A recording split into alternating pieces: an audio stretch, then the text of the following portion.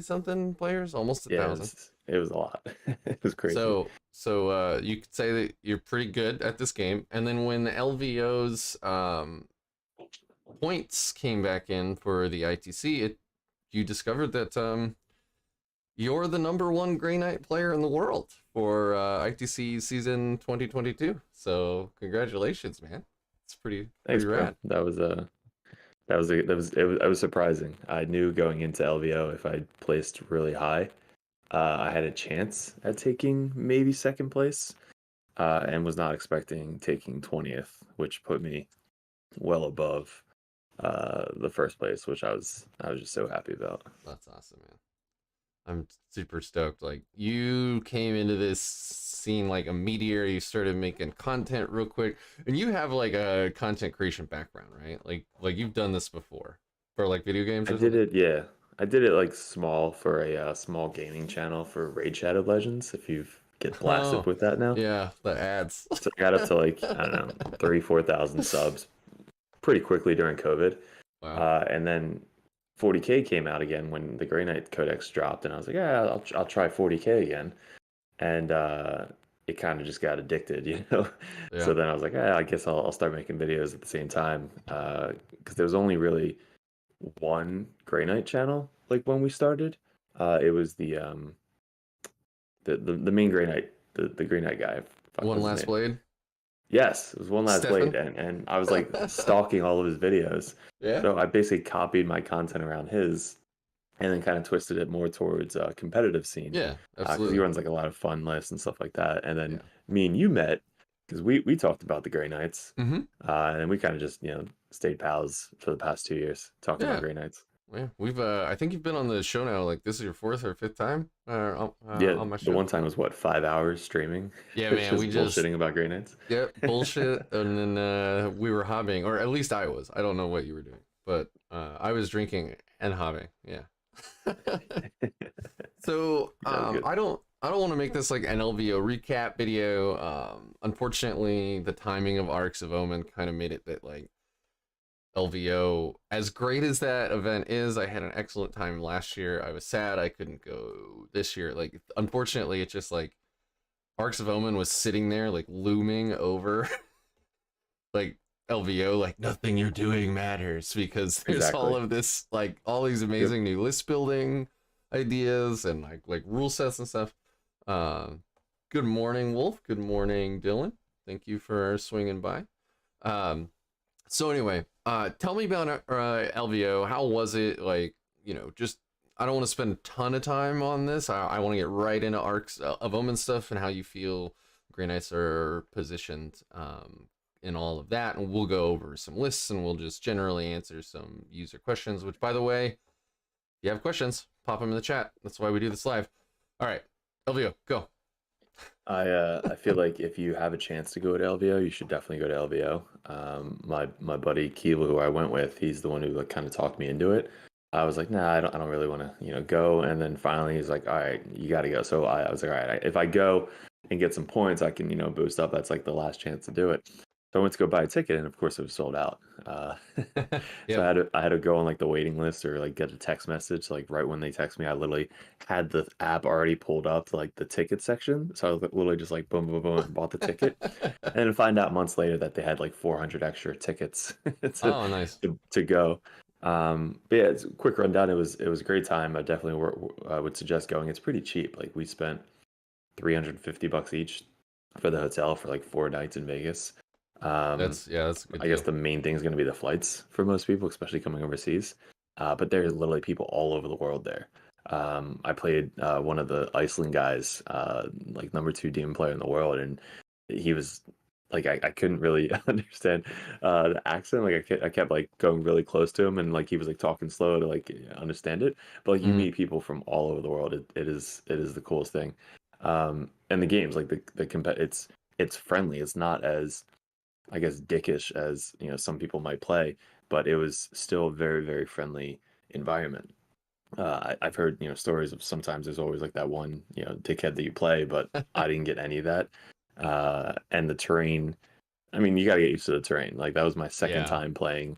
I've heard Uh, I've heard some yes, some player things about plays. the terrain. Yeah, I think Quinn was talking about it, but Yeah. you have to get used to the terrain and you have to uh, play with what you got. So you have to really be comfortable with the list you're running. You have to have a lot of reps with it. Uh, but all in all, I had a really good time and it was put together well. The only thing I would suggest for them is more time to walk to the tables. So at one point we waited till I think 3 minutes before the next round started, and they were hard start, hard stop. Yep. So we They had three have to minutes be. till the round started, and then they messed up the pairings, so they had to redo the pairings, which then was like 3 minutes Oh, into the round. yeah. And then And then he's everybody like, had "All to right, run around and find their yeah." tables again. Oh, Well, we ran to the table that was the wrong table, and then all of a right. sudden we had to run back. Yeah. And then at that point, we were already, starting the round clock. And then Yeah. at this point, they like, all right, dice down, like you have to stop. So if you get like a really slow player or you're not using clock, which every game we use clock, so you have to get used to the clock as well. Yeah. I need to Uh, play with a clock more, honestly. yeah, yeah. So like if you're going to a GT, you'll always bring a clock. Well, I will reiterate what you said. LVO was an absolute hoot. The people that make up the 40K community, like all those YouTubers you see, I mean, if you want to go meet like any of the Vanguard Tactics guys, if you want to talk to any of the like Tabletop Titans guys, anybody that you recognize there, you can just walk up to and talk to. Like they're Literally. cool. It's not like Yeah. going to a convention where all the like celebrities are behind, like security and behind curtains and like their own little, it's not like that. These folks love the game. They want to play the game and they want to talk to other nerds who love the game. So It if was you it was can great. make I it had out, yeah, dirtbags coming up to me. It was so cool. that's right. Yeah, I was actually recognized too, which was pretty cool. It's the coolest feeling, like, Yeah, especially for like a smaller channel. It's like, dude, that feels so cool. yeah, and then just like again, everybody is so friendly. I had one Mhm. kind of dicey game where like it was the end of the first day and I'm just exhausted, and so was my opponent, and we weren't jiving at all. And it turned like halfway through the game, I realized I'm a stutterer and he's mostly deaf, and we're in a really loud convention hall. And once we figured that out, we're like, oh, okay, and things got like super friendly really fast. But there was some like real contention at first. But anyway, Yeah. I'm glad you had a great time. You were the number one scoring Grey Knight player there. You went 5-1. You only had one loss, and what was it too? The number one Necrons player in the world. Oh, right, with their old rules where they get like But 45 on secondaries for just existing. if you saw my, I made a whole video of LVO on my channel. But Hmm. if you saw my scorecard, it was like, it was like 4-4-3, and then it was like 4-5-3, and then like 4-4-4, like all his secondaries in a Yeah, row. And then he was getting like 12-12-8-8. Like yeah. it was bad. He went first too, so everything's OPSEC, so I couldn't really do anything. Mm. I did nuke down his destroyer blob with the character, with the Mortal and Libby coming in and the Dread Knights and getting Empiric Amplification off. It's just he played it very differently from what I've seen Necron players play. Like the little scarab guys that have the big weapons. Um, he ran 3 units of them, and he would run them out to the center, do the action, and then either charge or kind of just sit there. And then when one or two lived, he would fucking run them back to his deployment zone and just keep making them back. Yeah. It's So that was different. the reanimation protocol is pretty good when it goes off. Or you Just have that like he had the character character to abilities. like Yeah. make one or two a turn. Like he just brought them back from the dead. Yeah. Welcome So to Necrons, baby. yeah, so I'm glad that shit is a little bit different now. What was your best game or like your most fun game while you were there? Uh, probably the demons player or the Nids player. The Nids player was after it was the third game of day one. Um, Actually, I had really three really good games. Um, the NIDS player, he was like top in his area. He like won a couple GTs before. I Mm, think he was like ranked top 5 or top 10 of NIDS. And pretty good. if I didn't play my boy John all the time, I would not know what NIDS do. And then I played Innis at the fucking 1GT and I beat him. So he ran a very similar list to Innis. So I kind of knew how to play that list. But that Right. was a very good game. I think the most fun game, though, I would say is the Orcs player, obviously. This guy played, Wow, baby. Wow. yeah, top of day 2. He said his first day was just kind of seal beating. And like played all new players and then got to like 3-0 day 4, but he was a really good orc player. And we played the mission where you can't pregame move or Uh, advance deploy. So with orcs, that's like a kick in the nuts. Like you can't put your commandos out on the objectives or do anything. So luckily I played him on that mission. And by turn 1, he literally charged his entire army into me. And then I had turn 1, so I walked out on all 4 objectives and casted Purify Ritual. He denied me 3 times. So I was like, this is bullshit. How the hell it works tonight? Great Night Purify Ritual. So I got 1 on Purify Ritual turn 1. Planted like 2 banners. Oh, no, I didn't say banner. I got 1 on Purify Ritual, and then I waited for him, and he literally charged both his kill rigs into like the center. So his entire army was like in front of me. Um, so I was like, wow, I think I just lost the first game oh of day no. 2. Yeah, and then it wound up coming back, and I think the Rhino was the best play I had all the whole game. The Gaz was behind the building, and then the squats got out and did good bits on the one objective. I then charged the squats with my Rhino, and killed I think 2 of them. They failed morale, and then he had 2 more Oh, run, you and the then he's in grots? combat You with me. charged the The Grots. grots with the rhino? Yeah. Nice. So I'm on the other side of the wall, so Gaz can't get to me. So I'm literally attacking these fucking grots behind a wall with my Rhino, and he can't do good bits because you can't do an action while you're in combat. So literally, I stopped his good bits to 3 for the entire game. Yeah. The And good then bits Gaz is finally like got around the corner and tried to charge, but he failed like a 9-inch charge. So I had another turn of just hitting his grots with my Rhino. that's amazing. Every That now and was then, that man, that was amazing. those rhinos could be clutch for like move blocking or just being generally obnoxious. So yeah, And I he love it. stopped 4 points as well. I ran the Rhino up to the objective while Gaz was on it. So it was 1-1, so we tied the objective. So he got 4 points on turn 2. So that Rhino was fucking MVP. 80 points of MVP. Yeah, that probably was my most fun game, honestly. Uh, well, I'm glad you had so much fun at LVO, man. You seem to be having a hell of a good time. So, Yeah, it was. do want to talk to you though about this whole thing called Arks of Omen. I don't know if you've heard about it, but apparently the whole world's gonna change, and I want you to let me know, uh, what kind of army you'll be playing, because you should let everyone know Just here right comes the here. bus. You're Yep, right under the bus. you can announce Uh, it. so I was thinking about this yesterday. Like, how do I describe it? And it's like you beat a game, right? And you have like all the best weapons, all that stuff in the game. You're like, all right, do I want to replay the game again with like all the best weapons? New Game Uh, Plus. and then you just need to get a new game, right? Like new God of War came out. You're like, I want to go try that. So that's kind of like how I would describe it. So I am still going to be playing Grey Knights, obviously for the channel and the videos and stuff like that. But it's going to be more like fun lists and lists that like you are going to see in a tournament, like four Dread Knights, maybe the Storm Raven. I really want to run the Storm Raven. Terminators are kind of like out. Paladins are out. Purgation squads are going to be insane. So Mm-hmm. running lists more like that. Burgers But I in, think I'm going to be baby. I think I'm going to be taking Chaos Space Marines for a little bit. We're running Chaos Space Marines in an RTT this weekend, and then in a GT the weekend after that.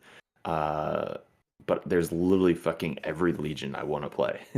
I don't have enough time in the week to play that many games. But if you've ever seen, I told this to Kevo, if you've ever seen Queen's Gambit, you ever see that movie I or haven't show?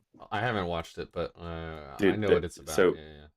real quick, she's a chess master, prodigy, whatever. She literally stays up all night and looks at the ceiling and then practices moving the pieces on the ceiling with the whatever. And I'm Mhm. literally that is me. Like I literally will sit up and just fucking thinking my head of like where we're putting everything, as you're Yeah. playing.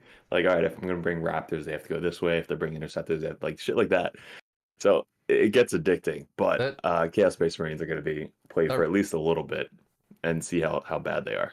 that reminds me of like you hear about people who can like see music, like like Pharrell or whatever. I guess he has some kind of like condition, if you will. I don't know if that's the correct term, but he's able to like see music. So he's able Well, to I'm not that intense to or crazy. right. Like he's able to, yeah, it comes naturally to him. Oh yeah, I sure. don't know what that's called. My wife would know, but she's asleep. Gotcha. As most Yeah, people you're should be, early because there. it's You 6:30 you you a.m. are you are on the West hardcore. Coast. Yeah. You are hardcore over there. Thank you. I will take this time right now. Please take the. If you have any questions at all, now is the time. Again, that's why we do these things live, so you guys can interact with us. Otherwise, I could record these ahead of time, do an excellent edit job, make it look super professional, but then you wouldn't be able to interact with us. So, please do. And with that, so Arks of Omen, you will be mainly playing Chaos Space Marine in a competitive way. I wanted to throw you under the bus a little bit because it's funny, not because I think it's actually a bad call. Play whatever you want, man. If it's what keeps you coming. But yeah, we're rooting for you to see some more Grey Knight stuff too. Which brings me to, how do you feel Grey Knights are going to be in Arks of Omen? Like what are the biggest losers? What are the biggest winners? So I think, honestly, I've been saying this for months that we took a back seat for Grey Knights. Like going into LVO, I was like, "There's no way I'm winning LVO like with the old rules because of armor contempt." So with armor contempt gone, it just gives us that huge bonus to our melee, to our shooting. We were already good psychers. So with all of our actual profiles that are AP2, AP1, our strats give us AP1 or an extra AP, like all those things that made our codex good pre Arks of Omen are now coming back in Arks of Omen. So it just puts us on a different playing field, like an even more even playing field, because we're one of the only armies that have all force, like they're all 2 damage weapons. Yeah. A lot of our guns are 2 damage weapons, so it was basically made to kill Marines.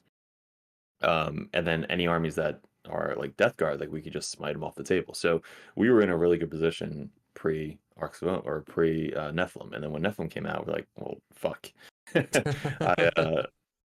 In cover, like you have a 3-up save or a 2-up save. Like I can't really do anything. I haven't used Cybolt ammunition in what 6 months, 7 months. Yeah. So now, like all of that coming back, I think Grey Knights are in a huge advantage to almost every tournament that you walk into. Like if you see Grey Knights, you're like, oh fuck, like they're going to be very very good. Giving us teleport assault for like 5 points for free Yeah. every time it goes off is a gift. Like thank you. Well, I remember, like I remember when the book came out and we got, I think teleport assault was only 3 points at the time, and everybody's Mhm. like, that's not really worth it. But then it became 4, and people are like, ooh, Mhm. now we can work this into a list. And then it was 5, and it's like, holy shit, like this is much like auto take. So I would test teleport assault last edition on like shitty units. Like if you see a Chaos Marine bring like 2 units of cultists, like that's an easy 4 or 8 points. If you bring Yeah. Kroot or Kroot Hounds, like I would take it for Tau because like Tau you're just gonna get tabled anyway. So it's like, all right, can I get 12 points before I get tabled? Yeah. And sometimes it works. You just deep strike, kill a 4-man Kroot unit, and you're like, all right, 4 points. So it was still actually pretty good last edition, but Yeah. It's just this one it's better just now. like, all right, yeah, exactly. Like 3 times, you have literally 3 turns to get 15 points. And if you could do turn 1, it's just like you're gonna have a good game. Unfortunately, Pure Fire Ritual is worse. It's Played so a bad. couple of games now, and just going up that one warp charge, man, I feel like I rolled so many 5s. Dude, I rolled so many fours. It's Like like, I failed it so many times when it was a 5. yeah. I can't even imagine it's a 6 now. So you have to build your list around it. Like you can't run the 3 Armagers and 4 Dread Knights because then you don't have enough infantry. Like you have to build either whether it be 2 Dread Knights and a Grandmaster and Armagers, or like 2 Armagers, 2 Dread Knights, and a Grandmaster, and then all infantry. That would probably be the best way to run. Is you have to have at least 2 on each objective. The center one before used to be easy Hmm. because you can hop out an interceptor squad, cast a 5, and then gate them away. Now you have to hop out, cast a 6, hope you're not denied, and then try and still gate away. Yeah. So like you could probably get 10 pretty easily, but getting up to that 15 is going to be like end game. You have to like kill your opponent and try and cast it later in the game a lot. But yeah, it's up in the air. Like maybe it'll be good. Some missions will be really good. Some missions you're like, there's no way I'm taking this.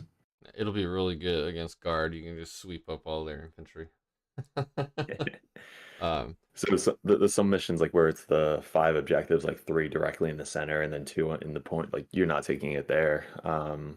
The slanted missions you might be able to take it because they're easy to get to. The one going horizontally this way that has 2 and then 1 in your deployment zone will be easy. Having 2 and then 1 in the center is not good. So it really depends on the mission, I think. well, so biggest winner for secondaries is Teleport Assault. Biggest loser is Purifying Ritual. It's definitely weird making lists and being like, do I even take Purifying Ritual? You know? It was such an easy one to take before. Now it's like, Yeah. fuck. Yeah, What it do I was take kind of now? like lock in, auto take. And now you're like, oh gosh, now with 1 CP from behind enemy lines, though. Like, ooh. How do I have an entire army of psychers and I suck at my psychic secondary? Because it was is real good before. It was probably the best secondary in the game when that book came out, man. um, so for units, I think the biggest losers are paladins.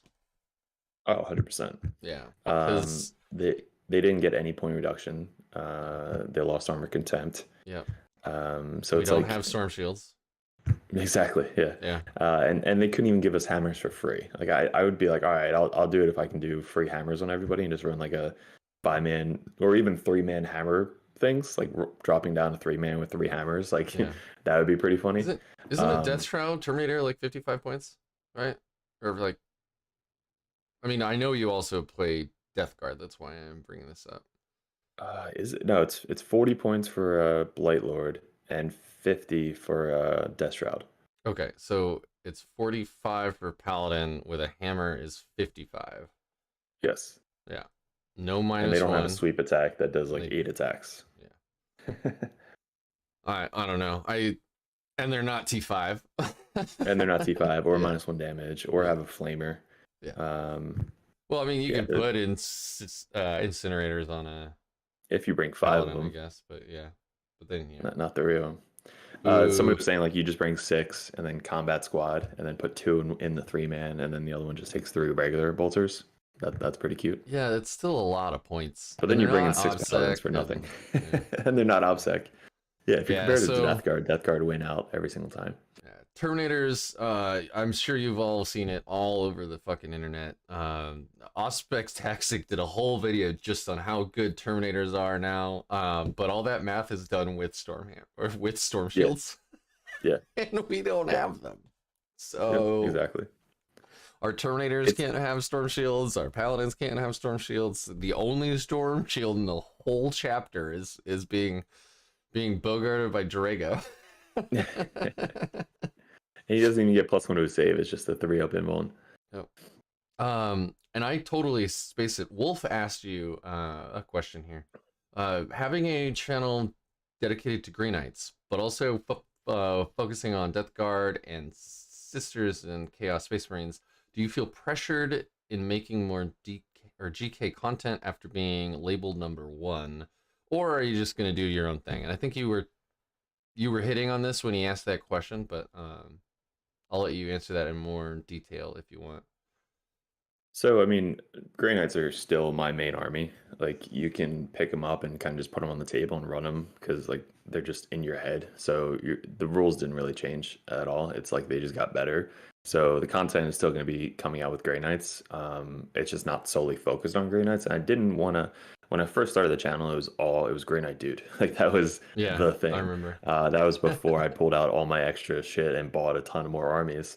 But when it started picking up, I was like, all right, I wanted to change it to just the dirt bags, so we can like bring more people in and kind of teach people 40k, not just Grey Knight tactics. So obviously, there's going to be a lot of Grey Knight content on the channel, which there's a lot of good videos to watch. There's going to be a lot of tactical videos. I can only really do like I did a secondary video the other day, so I can I only saw really that. do those secondary videos that are like specifically to the armies that I play well. Right. That's why I'm only doing Death Guard and Grey Knights because I'm not good enough to do Chaos Space Marines or Sisters yet. Mhm. So I can't really do that content because I don't want to put out there and be like, well, this guy's fucking stupid, right? But I'm gonna do as much as I can with tacticals for Grey Knights, as well as keep doing videos for Grey Knights, but also bring more stuff into the channel so that way I can help more people in the community, not Yeah. just spoil my Grey Knight dudes. Speaking of which, if you haven't seen Derek's channel, there is a link in the description down below. 40k dirtbags. We're also very active on the Grey Knight Discord, and then I have my own Discord as well if you all want to pop in there. And please ask more questions. I apologize, Wolf, that it took me a little bit there to get that on the show. I just totally spaced it. I know you have your Bluetooth in, so I'll just keep running. Biggest winner though, Dread Knights.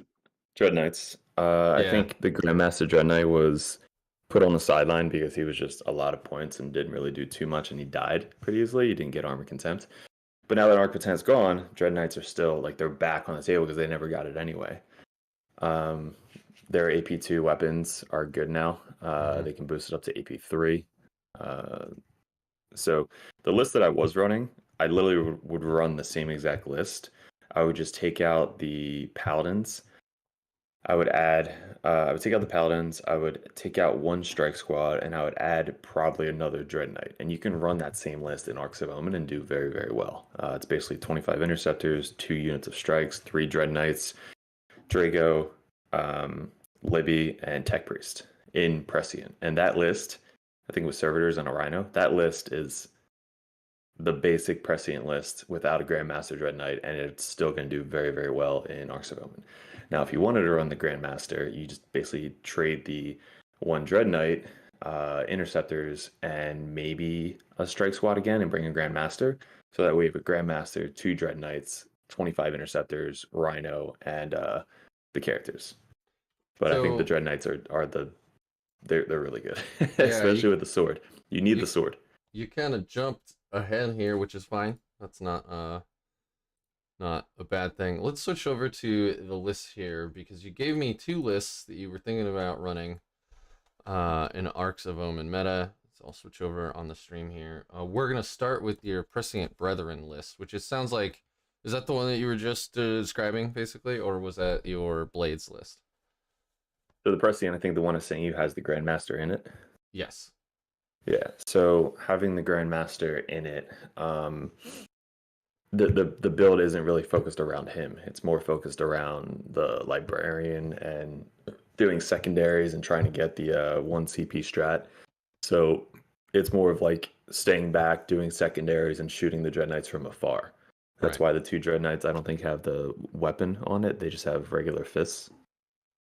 The one you sent me includes Armagers, and one of them has. Okay, cool. So this one was I ran 3 Armagers and it's just Uh-huh. too many. You can't run 3 Armagers and do secondaries. So you want So 2 then, or yeah, so two yeah, two Armagers I think would be the that's best. that's what I see here is 2 on this Yeah, list. because they don't do our secondaries. You can take No. like grind, but it's not really good. You can take like assassinate if you're facing orcs and they can kill a kill rig and get you CP. But the 1 Dread Knight has a sword, the other 2 have just fists because you want them to kind of stay back and just shoot. Yeah. They can come down, deep strike in your own deployment zone and shoot to get teleport assault. There's still 20 interceptors, 1 strike, 2 servitors just for banners, because I ran out of units to put up banners. 2 librarians, a tech priest, and a dread knight. So Yeah.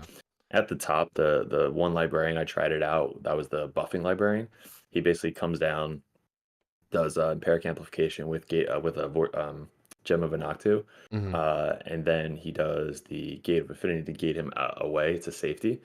This That is worked a out so well. this is a very cool. So I've said it on this channel a million times. Drago is basically a little librarian, and what you're doing is you, instead of bringing Drago, you're bringing a librarian to do this. So you're treating him kind of like that. But Drago can't take any of the points upgrades. He can't take the gem, but the librarian can. So you're giving him gate and empiric amplification and the gem, and then which, if you really need it to go off, you can pop the gem and spend 1 CP for 3d6 to cast, and now you're at +2 to cast on 3d6 to take the 2 highest. You can almost assuredly land empiric amplification with that combo, and then you can gate out, like you said. And then if you aren't gating out, you can save that gate to move other things up to get teleport assault. It's very good. And Yeah, the if you wanted librarian, to extend the range by 6 inches, you can deep strike outside of 18, cast empiric amplification, and then cast like a smite. You could do it that way, if you didn't want to, gate yourself, or if you wanted to kind of come down, spend 1 CP, shoot 18 inches away from empiric amplification, and then gate a Dread Knight model, closer to you, so that way yeah, you have some protection, and then that counts as a gate of affinity, so you can then get teleport assault in the same turn.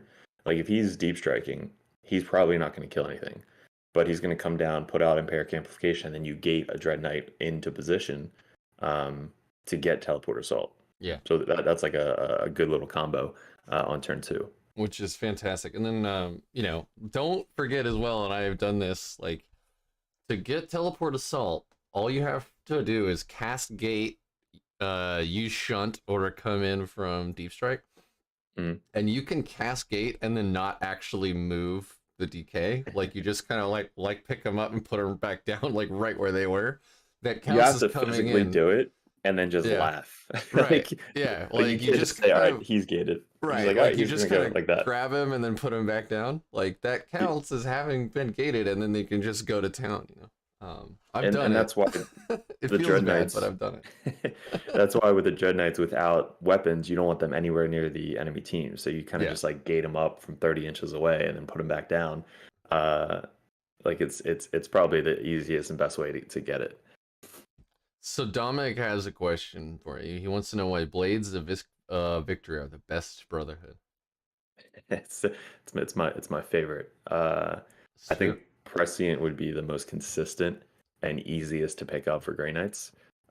Blaze of Victory would be the next tier. So if like you've played Grey Knights for a while and you're like, yeah, I really want to try, more strategy, more tactics, I'd go up to Blades of Victory. So that way, like you can start practicing getting in your opponent's face, being aggressive, getting into the deployment zones, re-rolling charges. Uh, and you're taking a little bit different secondaries, like you're taking behind enemy lines instead of just kill shit, purify, and banners. I like that you So call no prisoners, just kill shit. I don't know where I picked that up, but for the past like couple months, I just write on my card like kill shit, and they're like, "What's that?" I'm like, "No prisoners." I was like, You "Oh, okay, that makes Yeah, sense." you actually confused me when I first started hearing that, because I'm like, did he take grind them down? Because that's also kill shit. Or is hmm that a demons thing? No, he's not playing demons, so it's not that one, which we don't Yep. have now. And oh no, we do. Yeah, you take it Yeah. in where there's a lot of demons in my meta, so I take it a lot, and it's like an easy 15.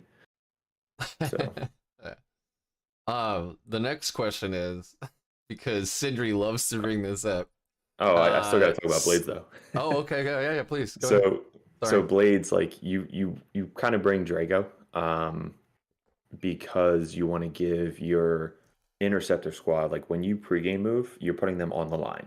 And then if you don't get first turn, you kind of just walk them 6 behind the wall or behind the building so they don't get shot at. But if you do get first, you only have to be 9 inches away from your Grandmaster. So the Grandmaster doesn't have to be right next to him. You have to start within 9 inches. They then move up 6, but you want to make sure that they're still within 6 of Drago in the command phase. So Drago's up pretty far. So Drago then gives them full rerolls, and then they can hop out 12. So they move up 6, stay within 6 of Drago, like one guy. Drago gives them full rerolls. They then hop up 12. You cast Sanctuary on them. They can cast on the center objective for Purify Ritual, or they can cast reroll charges, whichever one you need. And then they charge whatever they're not going to die to. Like let's say there's a character up front, you want to kill the character. I've killed so many different characters turn 1 with Blaze of Victory. I killed a fucking Master of Possession Chaos turn 1, beautiful. which they're like, well, that's game. I'm like, yeah, it is. Yeah, you're like, good. Yeah, have fun. Yes, yeah. So then even against like clowns, like you charge, kill like whatever is in front, and then you pile in to tie up as many vehicles, bikes, or whatever you can. So that way they're literally stuck in their deployment zone turn 1, and you're hopping out your interceptors on the sides, you're gating a Dread Knight on the sides. Like you're basically spreading out while this 5-man unit is just okay. punching them in the dick. That was going to be my next now. question is, are you running them as a 10-man or as a 5-man? I tried a 10-man and they just die. Like even if they hit you back and they kill 3 or 4 of them, like you still have to make a morale check, and you could still lose people. They don't have any fight first. Like you could give them fight first. I actually have a list where Tech Priest is bringing fight first with the relic, so you can kind of like cast a fight first on them and then throw them out, which is pretty cheeky. But I've tried that thing. I hate that is a psychic action. The Omen of something. Is it an action? I know you only need to roll 5 though. Action. Yeah.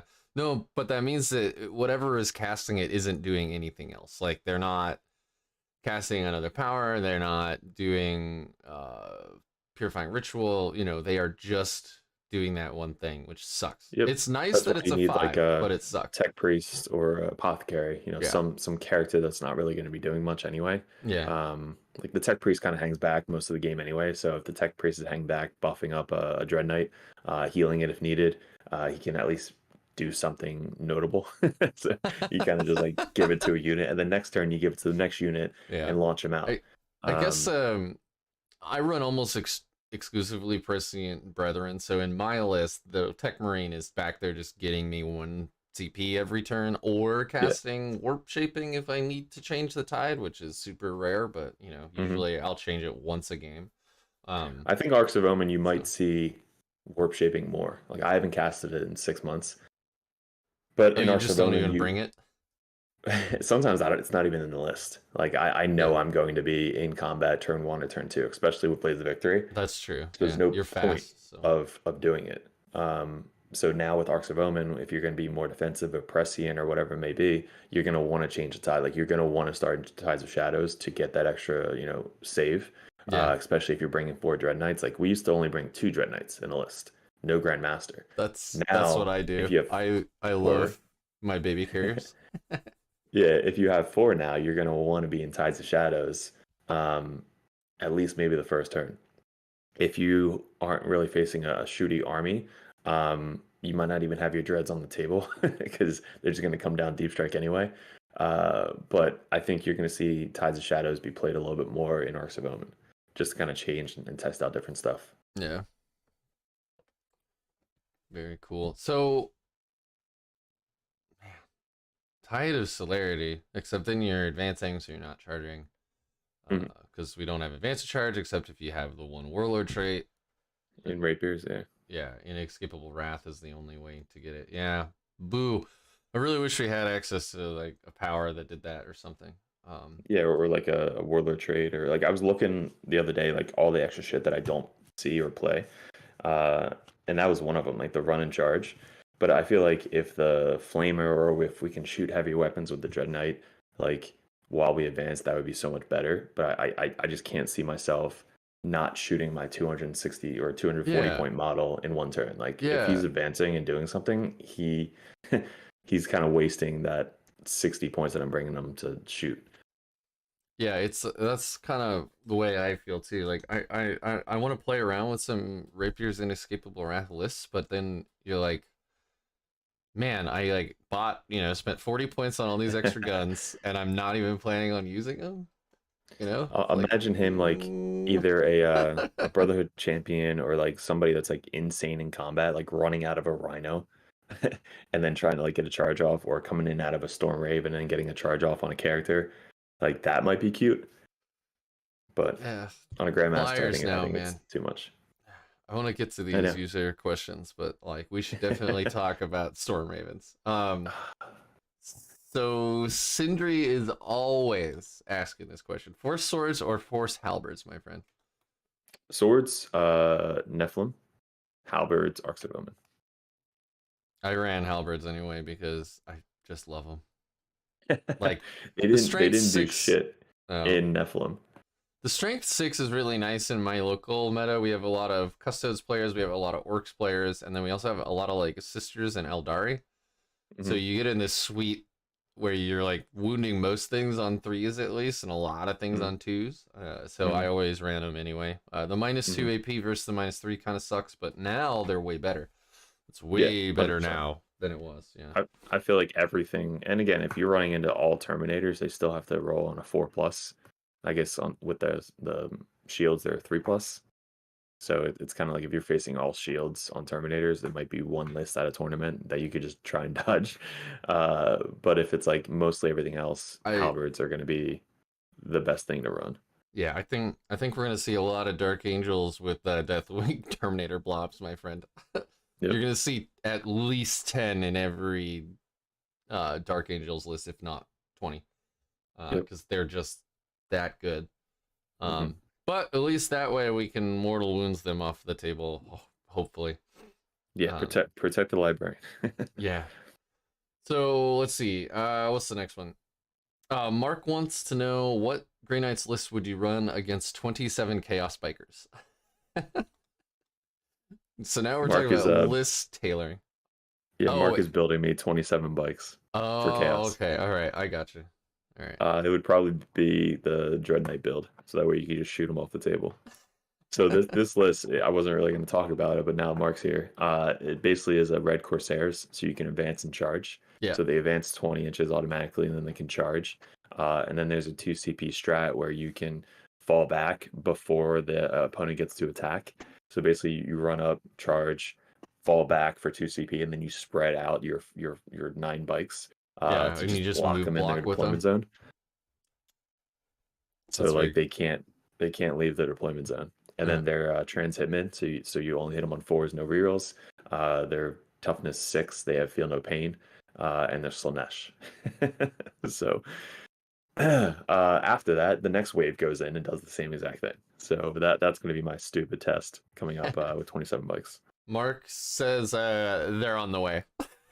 I don't know if they're Mark built is the or they're best. built and painted or what, but that No, no, sounds. no. They're printed, so they're gonna look sick. Gotcha. Yeah. I have a lot of opinions about 3D printing. Most of them Yeah, in the sure. Games realm of Workshop does the too. 3D printer. Yeah. Like, quick tangent. As a Death Watch player, right? Like, I love all the bits and bobs of like all the various chapters, but my God, I'm not gonna run out and buy like all those upgrade sprues. I'm gonna print Death Watch pauldrons. I'm gonna print like Death Watch bolters, because I just don't have enough, and I'm not gonna buy whole boxes for like 2 guns. You know Yeah, what I yeah, mean? and you don't know Like, what's gonna get nerfed, anytime soon. yeah. Well, that's why all my Death Watch are magnetized. Smart. Not my Grey Prepared. Knights though, because I don't know.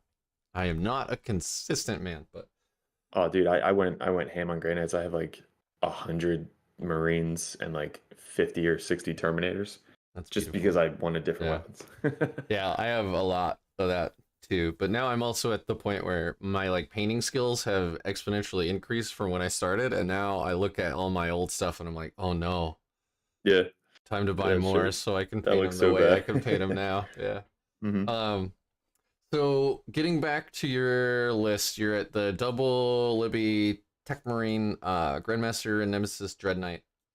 Um, you got one strike squad just for a little bit of OBSEC, 2 units of servitors. These are action monkeys to screen out your backfield and drop banners, more or less. That's all I ever use them for, and they're usually pretty good at it.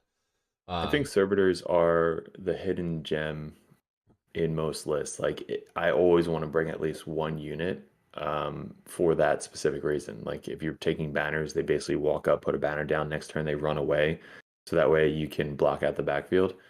And in one of my lists against Chaos Demons at LVO, they literally stood in front of my Dread Knight, so he can charge my Dread Knight. He had to kill servitors before he got to my Dread Knight. Yeah, that's They're so good for 30 points. Yeah. I counterpoint though, in the new Arks of Omen Grey Knight meta, if you face the mirror, they are a teleport assault freebie. Oh yeah. 100%. But what are you gonna do, right? But they're blocking out the backfield. How about that? That's true.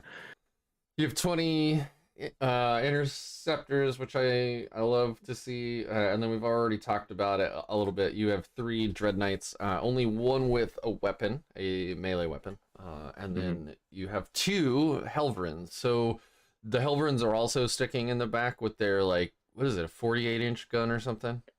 60. Oh, okay, my bad. 60. So I brought the thing, and this worked really well. They can come in turn 1 from reserves, so you can basically pick any table edge besides your opponent's table edge, and they just walk on and get different vectors from like super far away, and they could just put a bunch of shots in turn 1 without really getting shot back too much. And they're OBSEC. So any sticky objective missions, you can just kind of throw up a sticky objective, and then they move 12. Like they're super fast. Yeah, they are so fast. Oh my god. There's a 1 CP that you can take them off the board and put them back into reserves. So like if people are getting close, you just spend 1 CP and just say, all right, I'm out. And they walk back off. Yeah, they basically just walk off. The Homer Simpson like hedge gif Yep. where That's like what first they he are. steps out, he shoots, and he steps back. Yep. And then there's 1 CP, which was better with 3 of them, but again, just points you can't. If. So it's 1 CP to get auto wounding on 6s. Wow, that's really nice. I love that they So gave 43 us shots. some allies that are like you can pick them, and they seem like compelling choices, but they're not like so good that you have to do it. Yeah, it just gives you like you're basically building a gun line with Grey Knights. Yeah. I did a video against Tau with 3 of these guys and 4 Dread Knights, and we actually survived against Tau. Like it was scary. This might actually do something. I've been meaning to watch that bat rep, but man, it's hard for me to just like sit down and watch, a 2 or 3 hour bat rep. Oh, 100%. Yeah, I try and make them like at least 2 hours. Like try and like cut it down to 2 hours. I don't want to make it like because we were there for 4 hours recording. Like I don't want to record for 4 hours. Yeah. But where you do the whole like, here's a 30-minute movement phase. How exciting! Yeah. Like Yeah, at least you the can string cut games. that out. Yeah. All right, so Sindri also is asking about Terminators. We talked about that earlier with the units that lost out the most with Arcs. We mainly focused on Paladins, but a lot of what holds true for the Paladins hold true for the Terminators. Mainly it's the fact that Terminators with Storm Shields are very, very good, and Grey Knight Terminators have no Storm Shields. So I'm glad to see the points reduction. That was great. Not gonna argue about that, but unfortunately, we like just bring 2 strike squads, almost 2 strike squads for the price of 5. Yeah, you got to think about what are you getting in replacement of it. So if you bring Terminators, like you can because they're really cool and they just look awesome. If you bring a 5-man Terminator squad, they're probably going to be either your backfield objective holder, or you're just going to gate them turn 1 or deep strike them onto objective, and they're just not going to move the rest of the game. They can be shot off the table most of the time. But if you don't bring them, you bring a strike squad, you can basically almost fit a Rhino in as well. And the Rhinos are made for interceptors. So I'd rather have a Rhino and a strike squad rather than 1 Terminator squad. Yeah. And no They're Rhino. really, really good. the Rhino thing, I ran a Rhino at 1 RTT and I'm sold. Like, it's so much fun to move interceptors 15 inches. Like, my And God. then back in the Rhino. Yeah. I mean, if you want them to, yeah. I did that on the stream game against Innis, and so many people were like shocked. Like, wait, you can do that? I'm Yeah. like, yeah, it's like one of the coolest things that you could Yeah. do with interceptors. Ethereal castigation them back Hmm. in because it's a different Hmm. phase, so it says they can get in a different phase that they got out in. And you can even like get Surprise. them out, move the Rhino in a different position, like as long as they can hop back in, within 15. So like Hmm. you move the Rhino in a different position and then they can hop back in. Like let's say they hop out one way, you move the Rhino up and then they hop back in somewhere else. Can can a transport move in the same turn that units got out of it? So they get out Yeah. and then the Rhino moves. Okay. You can't See, this is how move and then the little guys get out. yeah. So this is how little I play with transports. I actually You would just have to can't move the go like transport look that first. up. Gotcha. Yeah. Okay. And then the last question that's on the list right now, please guys, keep them coming. Oh, actually, it's not even a question. It's just a nice praise. Commissar Drago is saying that he's been watching your content for about a year, and even though he mains guard, your channel has helped him become a much better Grey Knights player. So Awesome. Appreciate you, bro. yeah. That's the goal is I just want people to win more games. Like they don't have to be like the best in the meta, but like as long as they can represent their army as best as they possibly can, that's kind of the goal of the channel. I don't want to be like, some other channels that just play like the best of the best and like they don't really speak out what they're thinking or like coaching guys. I want to be like the step back and teach people a competitive scene while coaching them at the same time. Oh man, I just threw Wolf under the bus twice. I'm sorry, Wolf. How much would you sell your soul to have bikes for Grey Knights in 10th edition?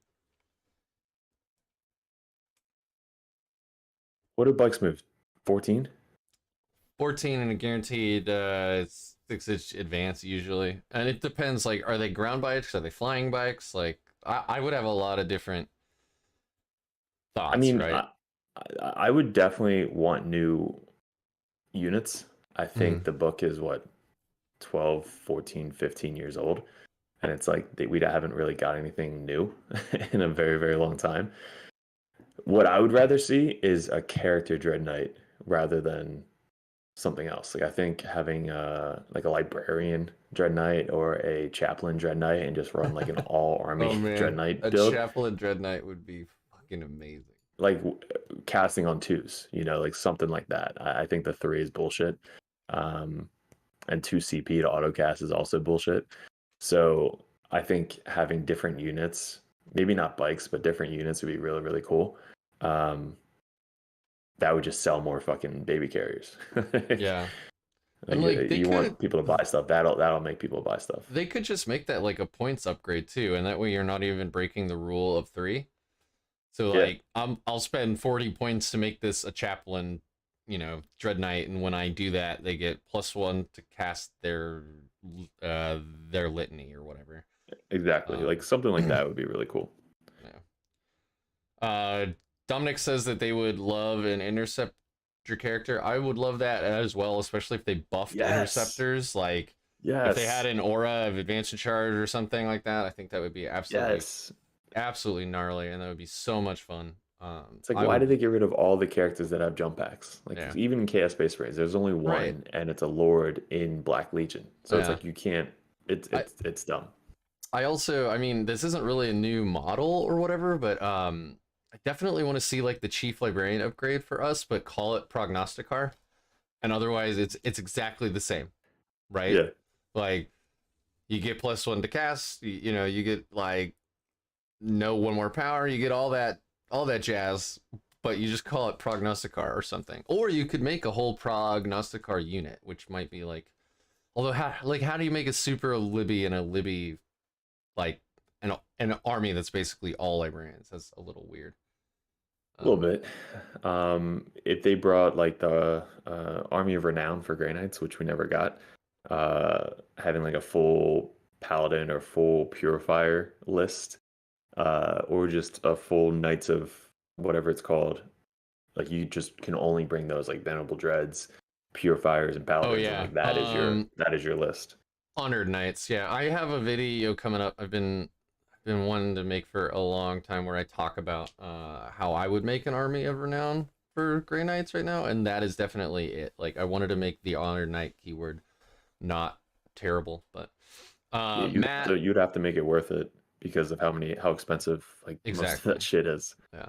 Matt, we're effectively talking about that right now, about having another fast attack. It's because Wolf brought up like, would Bikes. you want GK bikes? And I think that'd be great. I just want them. I want them to be more like those 30K dick bikes that can fly. I don't want them to be like Outriders or whatever. Yeah, they would have to fly. Yeah. Otherwise, Like I don't think you would bring them over just more interceptors. You know, dude, what I imagine mean? like a 3-man bike squad that can advance 20 and get powers off. Yeah, that'd be pretty nice. That would be nuts.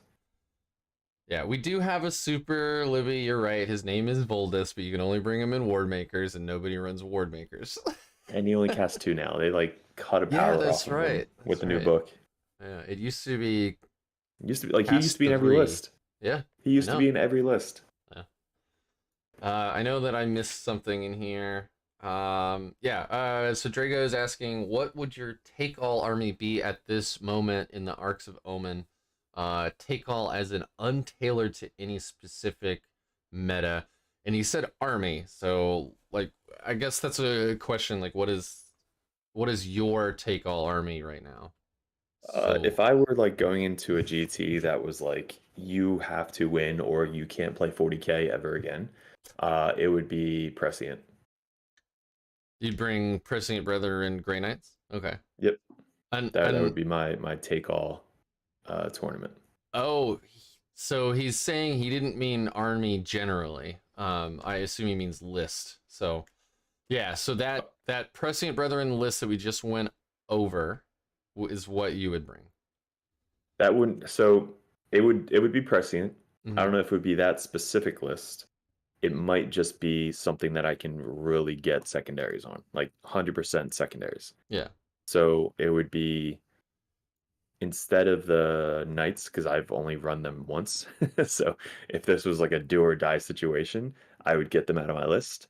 And I would run a Rhino, more Interceptors, more Strikes, and Drago. And I think that would be my list. Well, there you go. Drago. That should answer your question. Sentry's now just trolling you, man. Death Guard versus Grey Knights. Who wins? Death Guard? Depends. Like I played a Ferryman Death Guard build at LVO and I lost miserably. Oh, really? Yeah, because you can't charge. So most of my lists are trading lists. So like I'll throw an interceptor out 15 inches, kill a unit, take an objective, do whatever. I can't do that with Ferryman Death Guard because they have a 12-inch bubble of no charging. So they basically get to fight you before you get to fight them. Oh my god, and that's amazing. It's and I run it. That's amazing. For Death Guard, I run that list. And it's very, very good into like, doesn't that just grenades. If you get matched up against Blood Angels, like don't you just cackle the whole yeah, time? it's a counter to Blood Angels hardcore. It's sometimes counter to Custodes. Anything that can't shoot you off the board, it's a counter to. Wow. 12-inch bubble of still have very charge. good so 12-inch bubble of can't charges, you can't do fight first. So even chaos builds that have Slanesh, you can't use that fight first ability. So basically you just have a shit ton of Plague Marines around this 12-inch bubble that they can't charge you. It's it's a fun list, but I think if you run that into Grey Knights, you're gonna have a bad time. So normal Death Guard, I think we can do it because they don't have that shit, so you can trade. Uh-huh. Ferryman specifically, you can't. It's very hard to beat. Oh man, that is bonkers. That's some really cool tech. I did not even know that was a thing. Yeah, 1 CP, you extend the 6-inch bubble from the foul blade spawn to 12 inches, and 12 inches is huge on the table. So he's Yeah. literally just sitting behind a building, and you just have your guys like around him, and you can't do anything. Yeah, well, I mean, I'll remind everybody, like, if you're outside of 12 inches, you can't even declare a charge. Like, theoretically, if you could get off an 18-inch charge, you can't even declare it unless you are within 12 inches. How it So works 12 is inches you have the guy of no here. charging is just insane. Well, no, it's sorry, it's not no charges. It's you don't count as charging. You can still charge, Oh, okay, that's but you don't way count as different. a charge. Okay, you scared the shit out of me, my friend. That would be I was like, broken. you You can't you would have heard charge. that already. Yeah. Yeah. So what you do is you keep the foul blight spawn like 10 inches away from your front unit. So he's in the back, 10 inches away, and then there's 2-inch bubble in front of your front unit. So you can't get into engagement range without counting as a charge. Right. So they are defenders, they get to fight before you.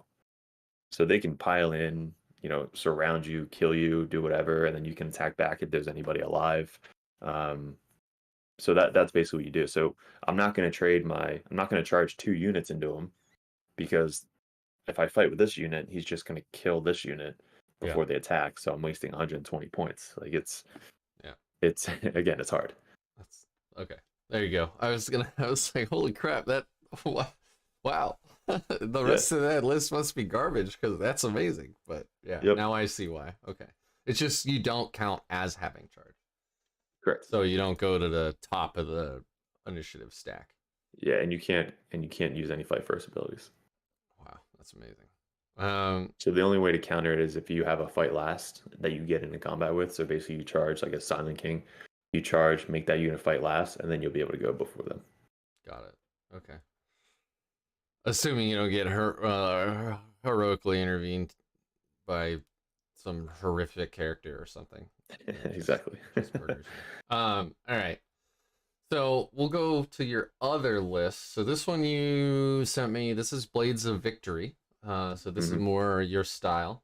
It looks like. So you got, our Mortal Wounds Libby. Got a Tech Marine with Warp Shaping. Grandmaster Dread Knight with all of the fixins. You have Ghostly Bonds on there, which is nice.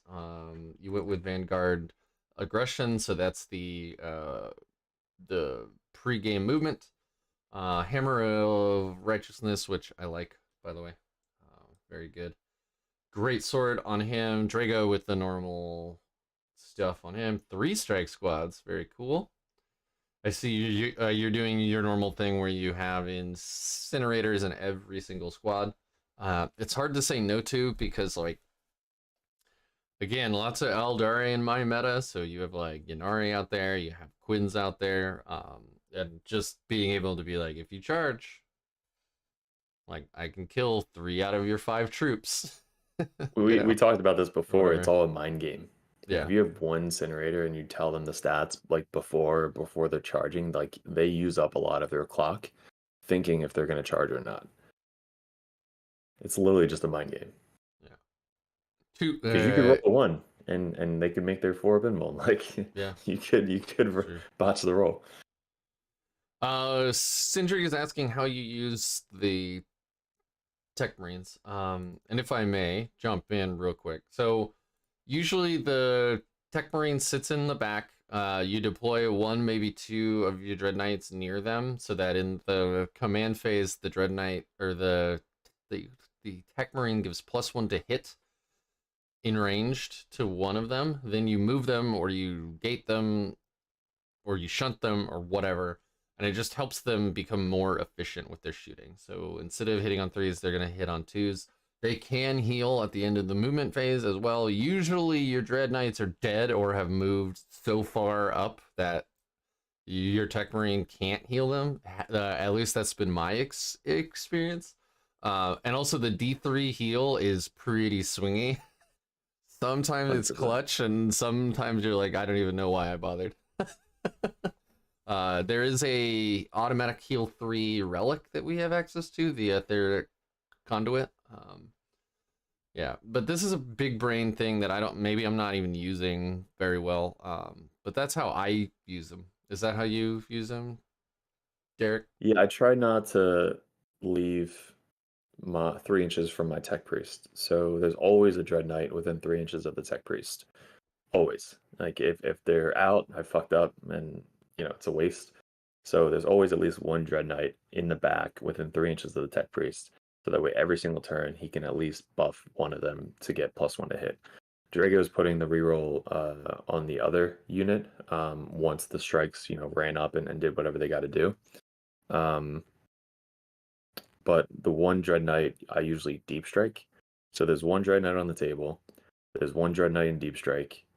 And then the Grandmaster is moving forward to get line of sight onto something turn 1 with his pregame move. So he moves up 6 inches or back 6 inches if you don't have first turn. Mm-hmm. But he moves kind of like to the side 6 inches and then 9 inches to get either on an objective. So that way he can purify ritual, or he gets line of sight onto something over there. So think about the 9-inch circle in the center of that deployment. You're starting your interceptors on the line within 9 inches of your Grandmaster. Your Grandmaster's on the sideline because that measurement, I think, is like within 15 inches. It might be like 12 or something. He moves over 6. He then moves over 9 to get on the objective. So that way he can cast Purify Ritual, or he can gate something.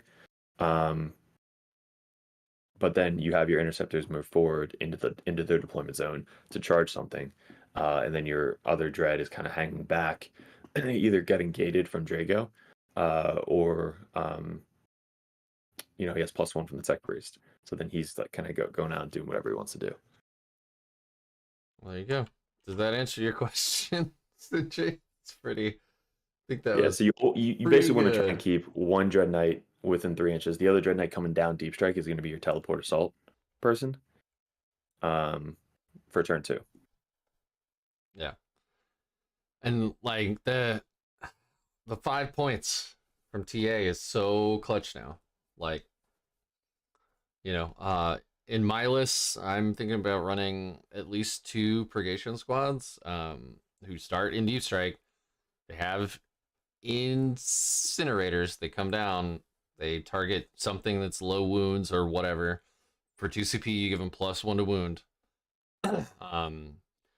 Astral aim in this instance is actually decent because it can remove cover, which is huge.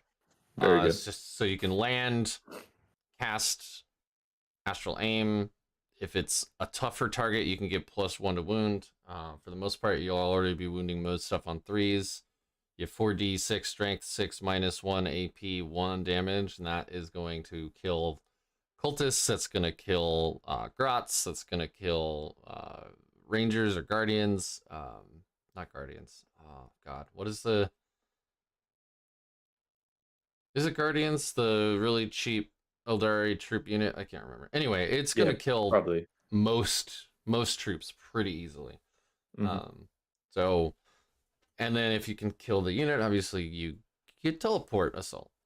So, yay. That's what I'm kind of using them for. And I will definitely throw away 2 CP and a 100 point unit or 110 points for 5 points. I was on the fence with this because Librarian sucks up so much CP that because my previous Blades of Victory build didn't have the Librarian, but then I always missed the Librarian, so I was like, all right, let's just try the Librarian. Yeah. But he soaks up so much CP that I can't run, or I can't do CP with really anybody else with this list, just because it's so CP hungry. And your Dread Knights now want to cast the 1 CP to get +1 strength and +1 AP. So that's either going on the Grandmaster, so that way he can shoot something, or the one Dread Knight that has +1 to hit, reroll 1s because of Drago. So the other option is like keeping the one Dread Knight back, within 6 of Drago and within 3 of the attack priest, give him +1 hit, he can shoot from afar. But you walk up the Dread Knight, Grandmaster, 6 inches, then 9 inches to get line of sight on something, cast Empiric Amplification, and then Drago gates him away to safety while you shoot with the one Dread Knight to take it down, and then you shoot with the Grandmaster to kill it to get teleport assault turn 1. Right. There you go. See? It's almost like he's thought about this or something. Oh yeah. Well, I mean, I don't know. I haven't played this yet. I think TA is really good. Maybe I'd find out it's not worth it. I don't know. There's a lot of -1 damage in the game right now, and the psi cannons are 2 damage. So you almost need empiric amplification on stuff to even make them worth shooting a lot of the time. At least on the purgation squads. So. All right. The strike squads are in this list mainly because of behind enemy lines. Yeah. BEL is so good now. Like the icing on the cake is to get the extra command point. Because we are pretty we got easy CP units hungry. to do it. Yeah. Like, if you think about it, right, you want to be casting, you want to be using 1 to 2 every turn on your librarian at least. You want to be using 1 on your Grandmaster at least. If you're pressing Brethren, you might even use 2. And then you're thinking about, potentially using, I guess not Cybolt ammunition unless you're running a 10-man really. So Cybolt's really good with really Drago buff and interceptors. So you can turn 1, you can put it on the interceptors, full rerolls from Drago. They hop up, they move up, and then if they have line of sight to something, you could spend 1 CP, full rerolls with Cybolt ammunition. So they could blow something up pretty easily turn 1, like something cheap unit, and then they could charge something else. So turn 1, they're really good with Cybolt ammunition. So I mean, you're already looking at wanting to use like 4 a turn. And then if you get in a really shitty situation and you need to shunt something, I mean that's 2. So that's like last ditch effort. Yeah, the shunt. Yeah, you're looking at 4 to 6 a turn. 3 at least. Let's say at least 3 per turn. But yeah, it's a hard pill to swallow. That the 2 CP for +1 to wound on a 5-man. Like, thanks Games Workshop. I just can't do myself, or can't see myself doing it. Yeah. We have another question, and Wolf wants me to have you look at a list that Quinn and I made up. I think that you probably saw that stream when it had 5 Razorbacks in it. Yeah, I think I saw that. Yeah, so we're gonna go over that here in a bit, but Sindri wants to know about what you think about Inquisitors. Did any of those data slates even change? I'll be completely honest. I only looked at the Vindicare one, like in any depth. I've seen if you line of sight. Like, did he ignore line of sight or not? Like that's what I was looking for. Line of sight or lookout, sir? Well, he always ignored lookout, sir. Right, but I mean, why would he ignore line of sight? You think he's got just a fuck off large weapon that just punches through any building or whatever? He's got a special bullet that only Vindicare assassins have that can. It's like a power sword, but it's a power bullet that just kind of goes through shit. And really? and it hits him in the head, and then you're good to go. So with the terrain now, you just can't run a Vindicare assassin because everybody just hides everywhere. Yeah. So if he ignores line of sight, and lookout sir, then he would be in every fucking list. Yeah. Well, I don't know, man. I know that he hits on 2s, he wins on 2s, most things. So it's just like, and then he's got D3 damage, which is not great. And then you have to do the rolling mortal wound thing, which into like some armies is awful. Because they'll just save it on a feel no pain or something. I don't know. The Vindicare is sad. Yeah. But if they make it too kill good, his character from 72 inches away. Yeah, but then it's so funny. And then for one CP, he gets you 2 CP or something. Or no, it's a 0 piece CP strat that gives you back 1 CP if he kills something. So I think they got rid of all the stratagems. Oh, is that what changed? So they nerfed him. Yeah, I think all the strats are gone. Somebody can correct me if I'm wrong, but I don't think they have any more strats. Beautiful. Yeah. I think Sindri is mainly asking about like bringing support inquisitors for like psychic shenanigans.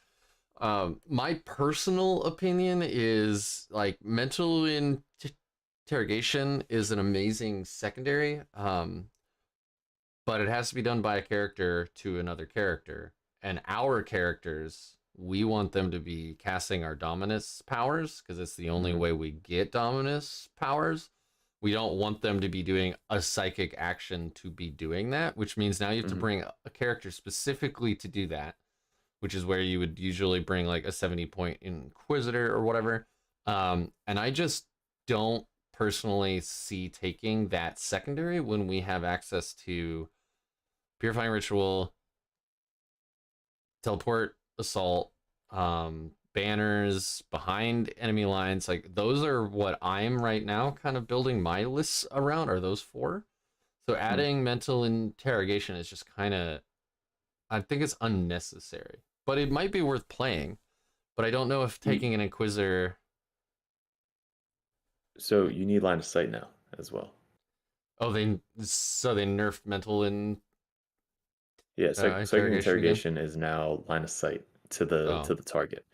So you're almost never going to see it even against you because you used to have to run more than 24 inches away. Like against TJ Lanigan, I had to literally run my units in the fucking corner so he couldn't walk up and interrogate me from 24 inches away. Now I can just keep him behind a wall and he can't do it. So you're not going to see psychic interrogation taken almost ever. hmm. Um, yeah, so it's very hard to get off. And I But before you know could bring a 60-point Inquisitor and do psychic interrogation all day. there But now was it's like, a fuck.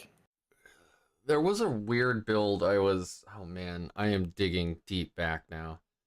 I think it was right after Nephilim came out, but there was, or no, it was the when the ninth ed book hit. People were talking about different Inquisitors you could maybe bring, and there was one that like gave fight last, but it was, or fight first, but it was like super edgy how to actually make it happen. I don't know. It's like, yes, if the stars aligned perfectly, you could make that happen, but like it almost never would. I forgot what it was. Like, I like the oh right, one with she had to charge first oh right. and kill That's something, and if she kills a model, then everything else charging it or is in like so engagement range with it gets fight first or something. I don't remember what it is, but it's a dude, the bat guy, the Drax or whatever. the bat guy.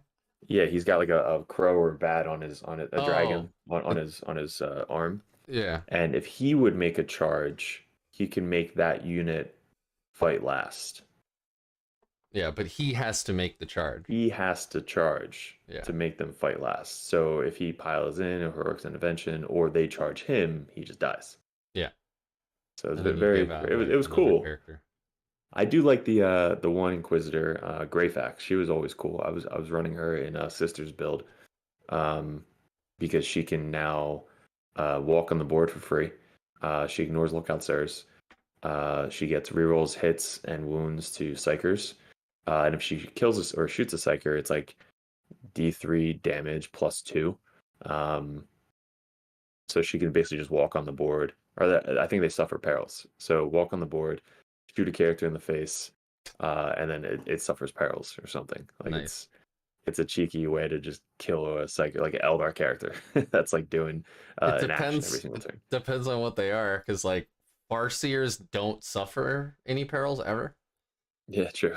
And then like you can bring a librarian with the artists in nullifier matrix for the no perils bubble. Hmm. Uh, so, but I don't know. That's a tech choice for one single Inquisitor that almost nobody's gonna win or bring. So, um, all right, let's get into. I've got a couple more lists here. We're coming up on an hour and 20 minutes, but I think that's all right. So this is. Sindri's asking a serious question now. Thank you, Sindri. Hmm. How do you spend your CP, and what are the most expensive or most important CP expenditures? I think we just went over this a little bit, but if you So want we're talking to about run them prescient. down, um, I think he just means in general. So for me, what I find I cast like every turn is 3d6 to cast on something really important that has to go off. So that's one for sure. And then usually psychic onslaught. So you're looking at 2 at least every single turn. For me. But then there's all the like situational stuff too, right? Like, do I need to shunt this turn? Um, do I need +1 or do +6 inch range on a cast? You know, there's all that other stuff which I spend a lot. Like those are things that I use frequently. But I don't use them every single turn. So So that's a great question. I try not to shunt as much as possible. That's like, all right, I need teleport assault this last turn to try and max it out. Um, so I try not to shunt. I'll spend CP mainly on my librarian to roll 3d6, drop the lowest. Now, if I'm facing a really counter, like Nids -1, Custodies that have the sisters, um, Corn, where they can just stop your cast on a 4+. Anything that can really counter the librarian, I usually I use the librarian kind of defensively to kill like random units, so I don't have to spend a lot of CP on the librarian. Everything else though is usually going into the librarian. He's going to be extending the range when he comes down turn 1. That's 1 CP. He's going to be rolling 3 dice, drop the lowest. That's 2 CP. He's going to be probably using 1 more CP to do another cast. So it's 3 CP from 1 turn just from librarian. If you don't need that +1 cast, you're spending 2 CP. Pressing, you should be able to get 1 CP back. So now you only spent 1 CP. Cybolt ammunition I haven't used in 6 months, so now I really want to start using it again. So you might see Cybolt ammunition come out a lot more, especially for a unit that can get full rerolls from Drago.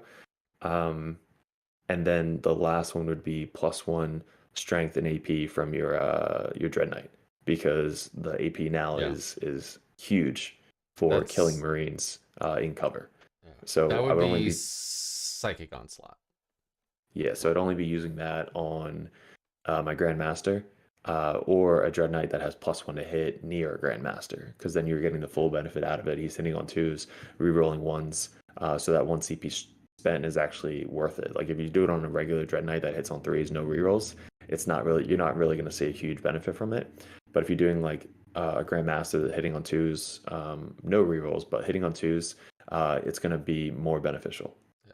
But In if Prescient, in Prescient, then you spend 1 for the Grandmaster to reroll 1s to hit and 1s to wound as well. Yeah, so that's 2 CP right there, Yep. But I'd rather spend 1 CP on him to reroll hits and wounds of 1, and then 1 CP on another Dread for +1 strength and +1 AP.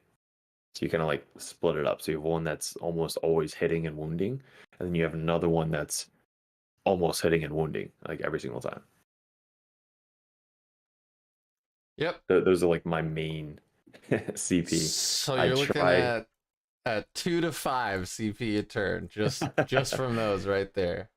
Most time you're not going to have over 4 CP. Yeah. But I'd stopped rolling rerolls. Like I stopped like the normal strats. Like I don't reroll to wound. I don't reroll to hit. I don't reroll to save, unless it's my last save. Yeah. Then he might live. But I don't do any rerolls like that. So if you're spending a reroll to hit or reroll to wound, it just wasn't meant to be. So just don't do it. Tom is asking if Drago gives full rerolls to wound as well. He is not Lord Solar, so no. He only gives full rerolls to hit, and reroll hit 1s to hit in a bubble. He's not Lord Solar with his bullshit. All right, so this is a 3rd list. So this is actually a list I'm thinking about running right now. I've only run rapiers once, so I kind of want to try them out. This is a heavy aggression list. I should point that out, which is usually not how you play Grey Knights, but it's more kind of like the way you specifically play them, Derek, with Blades of Victory. I have a Brotherhood of the Librarian with all the mortal wound stuff. Grandmaster Dread Knight fully decked out. I gave him Inescapable Wrath because I want to try that out. And then first into the fray. So the idea is on turn 1, he could potentially advance and charge up, or maybe turn 2, advance and charge into something.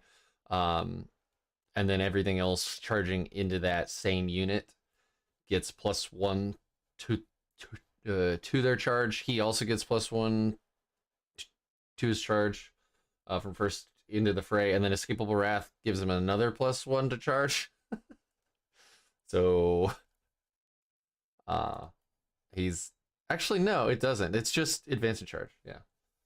Anyway, he's got +1 to advance, +1 to charge. He gives everyone else +1 to charge into them. I want to try that.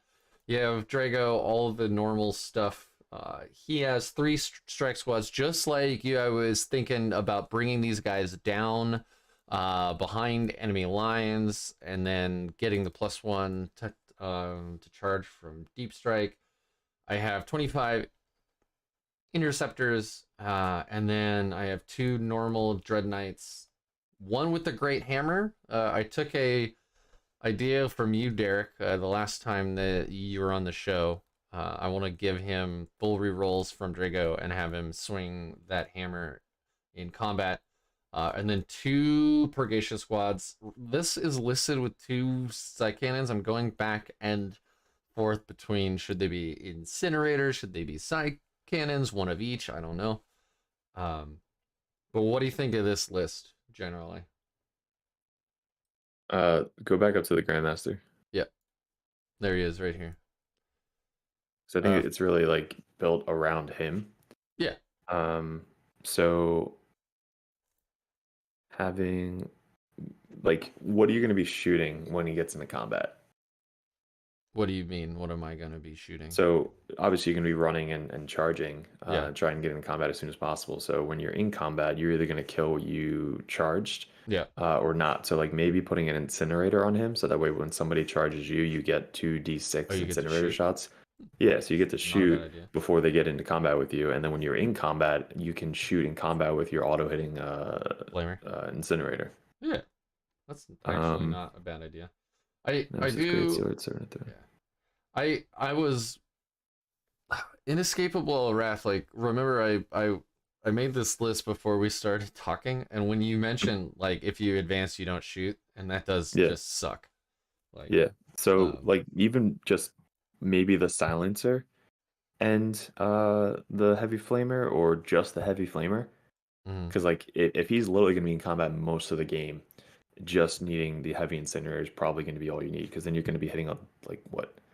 Actually, no, you hit on 3s in combat with a gun.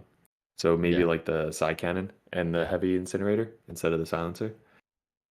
The silencer doesn't, do it for me a lot of the time. Anyway. Yeah, just having the benefit of having strength 8, 2 damage gun. -2. Instead of Gate of Affinity, do Vortex of Doom.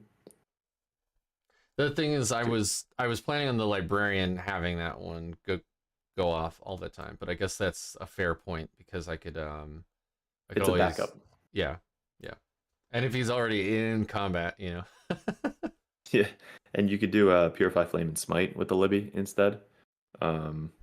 Or Smite, like it's a backup, so you don't really have to cast it. That's true. So he's not But the Grandmaster could also give himself +1 attack. So he'd have 7 attacks or 14 sweeps.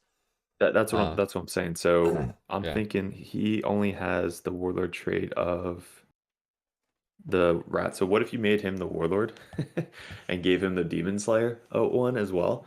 Yeah. So that way he gets what, 6, 7, 8, 16 sweep attacks? Yeah, he has first into the fray right now and Inescapable Wrath. So yeah, that makes sense. I've only played with it first into the fray once. I want to try that out, but that one is pretty, I don't know. I like the idea of behind enemy lines, like bringing in 2 strike squads, like with him. They get +1 to their charge. It's with Blades of Victory, that might be better because their power would be to reroll a charge. So you could have two Mhm. squads come down. One of them casts the power. They get a free reroll. And then the other one, if you really need them to get stuck in, you can spend 1 CP for them to reroll their charge. And what Mhm. an eight with reroll is like 70% likely Yeah. or something. It's like pretty high. So So I would use that as much as I possibly can. So your Grandmaster is going to move up 6, move up 9, uh, or move up 9 plus D6. So he's fucking just running at the +1. enemy team. Yeah. Yeah. Wait.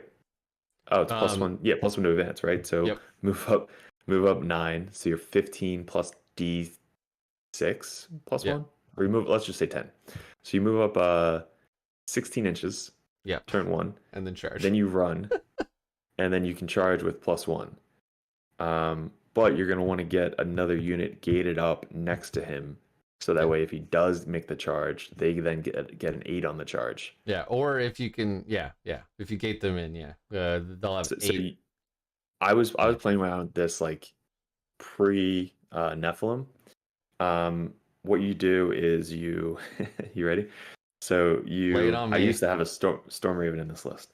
So you put rerolls on the Interceptor squad. They move up with your Grandmaster.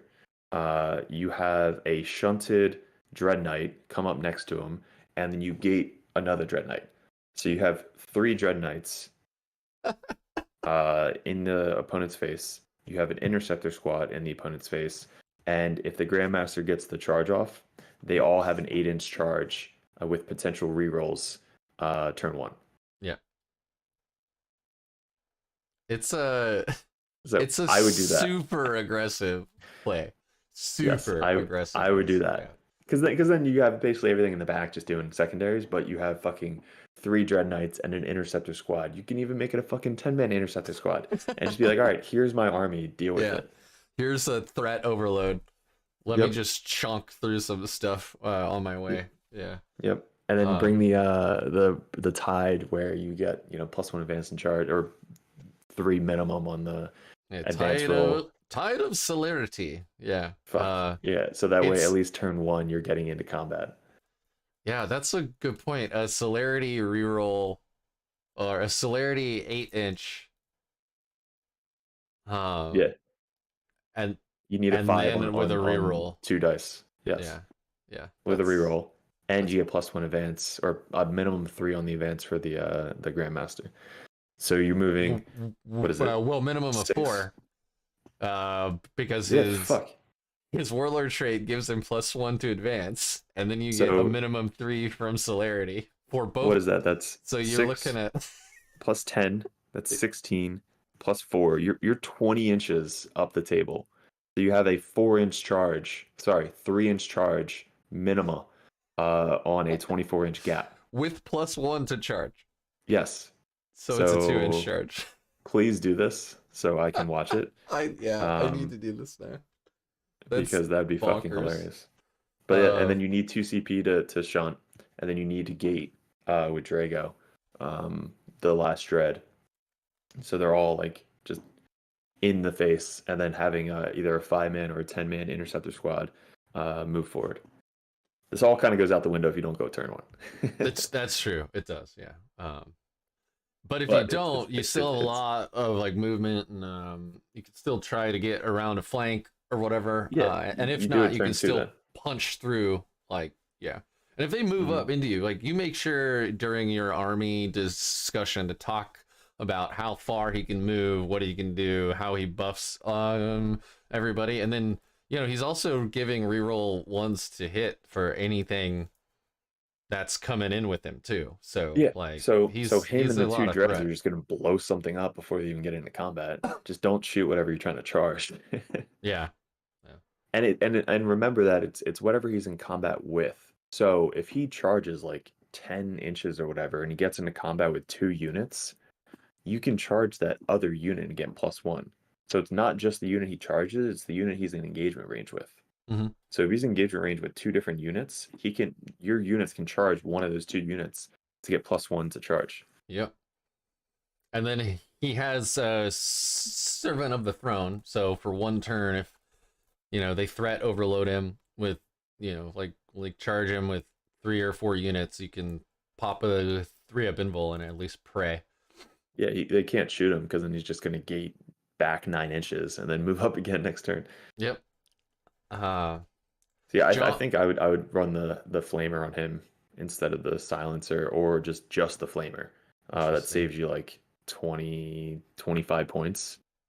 You could bring some hammers on your re-rolling interceptor squad. So they're moving up and then charging turn 1, and they have 2 or 3 hammers in the squad with full rerolls. Well, this actually works really well because if you give the Drago rerolls to the Gret to the DK with the hammer, that's, and then you move him up next to this Grandmaster. This actually sounds really fun now. Yeah, you have a bunch of different combos. I think half of your army dies on the clapback, but oh yeah, but if you're getting 12 on primary turn 1 with 3 banners and Purify Ritual or behind enemy lines, like you're going to be up in points by a lot, and half and Teleport Assault. Yep. Your dread definitely is going to kill something. Yeah. Let's get to some questions here. What do you think of the new World Eaters, man, and how do you think that they'll fare into Grey Knights? I think we'll destroy them. Really? They don't have mortal wound saves, right? I don't think so. I think for like 1 CP they could stick it on one unit or something. So you just gotta ask their threat ranges, because like I've played against so many Blood Angels players where you have to literally start 36 inches away from them turn 1. So you're basically just sitting back and shooting them before they even get to you. You're trading, so like you're trading as best as you possibly can with the guys in the Rhino, and then you're just shooting them from afar. Your Libby is going to be the MVP of that mission, just fucking nuking everybody that he can off the table. So honestly, I think we are a good matchup against them. It's just you have to play them like they're Blood Angels. That's what it is. It's bloodthirster points, and they can get a 5-up feel no pain against mortal wounds for 2 bloodthirster points, but they have to kill things or lose units to even get bloodthirster points. But they last the whole game, if I remember right. So turn 1, so honestly, maybe even turn 2, they might not have it, but then turn 3 and on, they definitely will. So yeah, I just have a buddy who's trying them out when he gets all the models put together. Sorry, so I'll probably have a battle report soon. Blood Tithe points, not Bloodthirster points, because the Bloodthirster is a specific unit. But yeah, got it. So I don't know. I love that new book, the design of it, just because it's like 8 stratagems. It has like one really cool army-wide ability, the Blood Tithe stuff. A lot of their stuff that would be CP on most other armies have been baked into the data slates. It seems like that's where we're going for. Yeah, I was gonna say it seems like that's where we're going with 10th. Is we're gonna see a lot more of that kind of thing where like slim down. Yeah, slim down, and I'm totally fine with that. Like the fact that you need a deck of cards of like 70 cards for all of your stratagems and like psychic powers is pretty gnarly. Yeah, I agree. Yeah. So I did get that point right about when they generate the Blood Tithe points. And then Dominic is asking, now the GK is potentially becoming more popular, what are the most important aspects in a mirror? So it used to be Purify Ritual wasn't bad to take in a mirror match. Now it's kind of up in the air because you still have to get the cast off. So I learned this by playing another Grey Knights player. You still want to take Purify Ritual, even though they still have the same amount of deny as you do. It's just an easy secondary as long as you just keep casting the objectives. So that used to be the mirror match trick, is you just take Purify Ritual. The other person's afraid of taking it because you're like, everybody's a psyker, and you know that. So they don't take it, but then if you take it, it's like you're now one up on him. I think it's going to be whoever can really roll better. Like it's gonna be the same list, the same fucking 15-inch threat ranges. All Turn right. one is gonna be huge, getting on the objectives and just waiting. And So you taking out heard their it here, grandmaster guys. shunt turn one. Yeah. So you heard it here, guys. In Roll a mirror better. match, you just have to roll better. That's usually the answer to most matches. um, let's see. John is saying they just started playing Warhammer and they decided to go with Grey Knights. They really appreciate your videos and mine. So, John, if you haven't seen all the resources available down in the description, there's the Grey Knight Discord, there's Derek's channel, obviously you know where mine is, and there's my Discord as well. So if you want to be just flooded with information, those are all great places. um and and Derek has his own Discord as well, which is very active. Well, let's see what else is going on. Chris is asking, is this gonna be up on the channel? Yes, all of my streamed content is available immediately as soon as it's done, and it will be there forever. So you can watch this whenever you want. And then Adrian is asking again, swords versus halberds. We already talked about this at the beginning. The general consensus was, with Arks of Omen being gone now, halberds are just too good. Halberds. I was running them anyway because they're cool as hell. But you know, I had my my halberd still on my guys, and I let them know ahead of the game, so everybody has a sword. yeah. Every single model in the army has a sword, and now I don't have to remodel them because they all have halberds. Yeah, there you go. So that's all the questions. So I wasn't sold on first into the fray in my list, but you kind of sold me on it.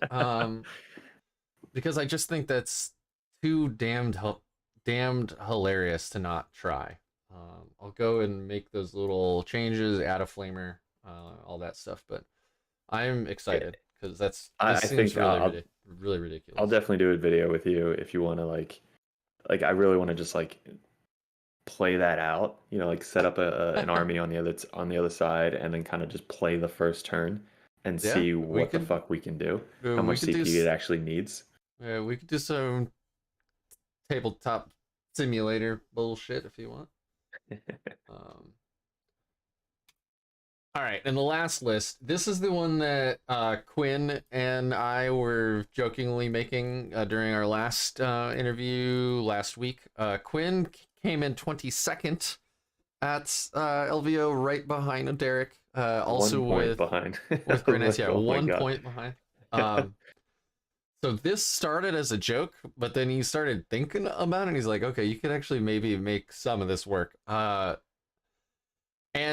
full disclosure, Quinn is bringing a list like this to a GT, I think in a week or two.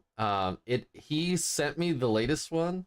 It's only 4 Razorbacks and some other stuff, but I'm not gonna display that one on here because I think that's Quinn's baby to like show off. But here's the main thing: 5 Razorbacks, 2 Tech Marines to give them +1 to hit, 3 Dread Knights, no melee on them at all. You have 25 Interceptors. So when this list was created, that's 1 squad for every Razorback. And then you have the Grandmaster Dread Knight. This one doesn't have a whole lot of the fixins just because there weren't a lot of points. But yeah, you're looking at 1995 points. You could throw a hunter killer missile on one of these Razorbacks for 2,000 even. This list is silly. The interceptors would run up. They would cast the sword bearer's power, which is +1 to wound for all vehicles, and this has 5 Razorbacks and 4 Dread Knights in it, so that's a lot of vehicles. You obviously give up full points for bring it down, but you know, them's the breaks. You know what this would be really good into? What? Guard? So, so there's a guy at Nova this year. He brought a Warhound Titan for his army. Just one This would one be model? Yeah. really good into a Warhound Titan because you only need to cast it on one model, and you only need to spend the 2 CP strat on one model, and then your whole army gets the benefit from killing that one model. I will point out you can actually go into the Tide of Escalation in this army and Mhm. cast the Sword Bearer's power on multiple units. Yeah, just need an 8 So on the second cast and then a 9 on the third cast. yeah, it'll be Yeah, fine. that's Yeah, no, it's fine. It's it's fine. 100% guaranteed. Yeah, just do it. Art of War. Yeah, you heard it here. uh, I think 2 tech priests. Like I honestly think this list is cool because you don't really need like Drago's a huge buff. You don't need the Mortal Wound Librarian. If you really want to just kind of run a sword bearer list, I would run, 2 tech priests, the Grandmaster, and maybe a third tech priest. That way you're literally just healing the entire, backfield the whole time. Um, and you can run this in really a prescient build and just have a tech priest kind of be the prescient buff. But all your dread knights are hitting on 2s. They all have rerolls. I would add a dreadnought in this list because then you could spend 1 CP and everything within 6 inches of them rerolls 1s to wound. So your Grandmaster giving everybody in that little castle reroll 1 to hit, and then the dreadnought is giving everything reroll 1s to wound. He has a last cannon missile, so he's shooting like forever. And that's probably what I would do with a sword bearer is bring a little castle of tech priests, dread knights, and a dreadnought. So that way everybody's getting rerolls 1s to hit and wound, all hitting on 2s. And then Great. I guess the sword bearer spelled for +1 to wound, right? Yep. Yeah. It's plus So one I to think wound. I think that would be cool. Or you bring For vehicles. yes, which most of your army is. Yeah, that's the joke. As we went into like, I think this whole thing started where we were talking about how good interceptors are in rhinos, and then we're like, well, you could bring a Razorback because the ladle cannons are free now. Dude, take out 2 Razorbacks and put in or 3 Razorbacks, put in a Storm Raven, and then keep 2 Razorbacks. You and the Storm Raven. Okay, let's talk about this now. We haven't even mentioned the Storm Raven. You have terrible. mentioned it like that's like the 6th time. So let's break this down. Why a Storm Raven? They are super expensive. The strat support is not good. They're only good in a sword bearer list, and they have to start off the board now. Okay, so I started off with a Storm Raven build before I knew that they have to deep strike. I thought they could just fly on the table edge like they used to, and then kind of get next to something and blow it up. So that was my like, all right, Storm Raven's gonna be fucking amazing. Now they have to deep strike, right? So they have to be 9 inches away from something, but they're still within the multi-melta range to do d6 plus 2 damage on 4 multi-melta shots. So you bring in a sword bearers list or whatever, you can spend the 2 CP to get +1 to hit on the Storm Raven. So he's hitting on 2s, +1 to wound if you really want to. But it can deep strike. It can put out 4 multi-melta shots, 2 plasma cannon, 2d3 shots, 2 missile shots, and then all the Storm Bolter shots. Come in from reserve, or you mean deep strike? Well, I think for flyers, they technically count as a deep strike. You place it somewhere on the table, 9 inches away from the enemy model. I thought that's like the new. Okay, I don't know. I just saw that they start off the board now, but I don't. I think they have to come in from reserves, so they have to come in on a battlefield edge no more than 9 inches. Or no closer than 9 inches from the closest. So it's kind of like a deep strike. Yeah. But you can't plop them down like in the middle of the board is all. Yeah. And they don't have the teleport strike keyword, and they also don't have core, which sucks. Yeah, but you can put a 4-up invuln save on it. Yes, that is true. With Sanctuary. Yeah. So it can come, within 18 inches of your sanctuary target. You can put up a 4-up invuln on it. And then it Honestly, just blah. I guess they're not as expensive as I thought. They are pretty No, it's expensive. They're 200 260 points. yeah. It was Um 380 yeah. Nephilim, and That's now what I it's was 260. that's what I was thinking clearly. Yes. So all the weapons are Because free now. it is 14 wounds, T7, 4-up has a lot invuln of guns. and a 5-up mortal wound save. Yeah. Well, So maybe it does have play at 260. yes. Um, So the only reason I would suggest that is because all the weapons are free. If it was still 380 points, which it was, I yeah. wouldn't be running it. But you can put a dreadnought in it with a close combat weapon multi-melta. You can put a unit of interceptors in there. You can put 10 interceptors in there. You can put That's uh, the play, man. you Not the can put a dreadnought. crow in there. You can put a tech priest in there, so that way you can get out and just kind of like heal it if it needs to. Mhm. There's a lot of shit that you can do with it. You just have to kind of like build around it. But Yeah. I think the And you sword can't bearer with use the it till turn 2. yes, so the guys inside are going to be your late game pieces. They're going to be Yeah. turn 3, 4, and 5 to kind of just walk out of the Storm Raven and just kill shit. Um, I think Venerable Dread in there hitting on 2s is going to be sick.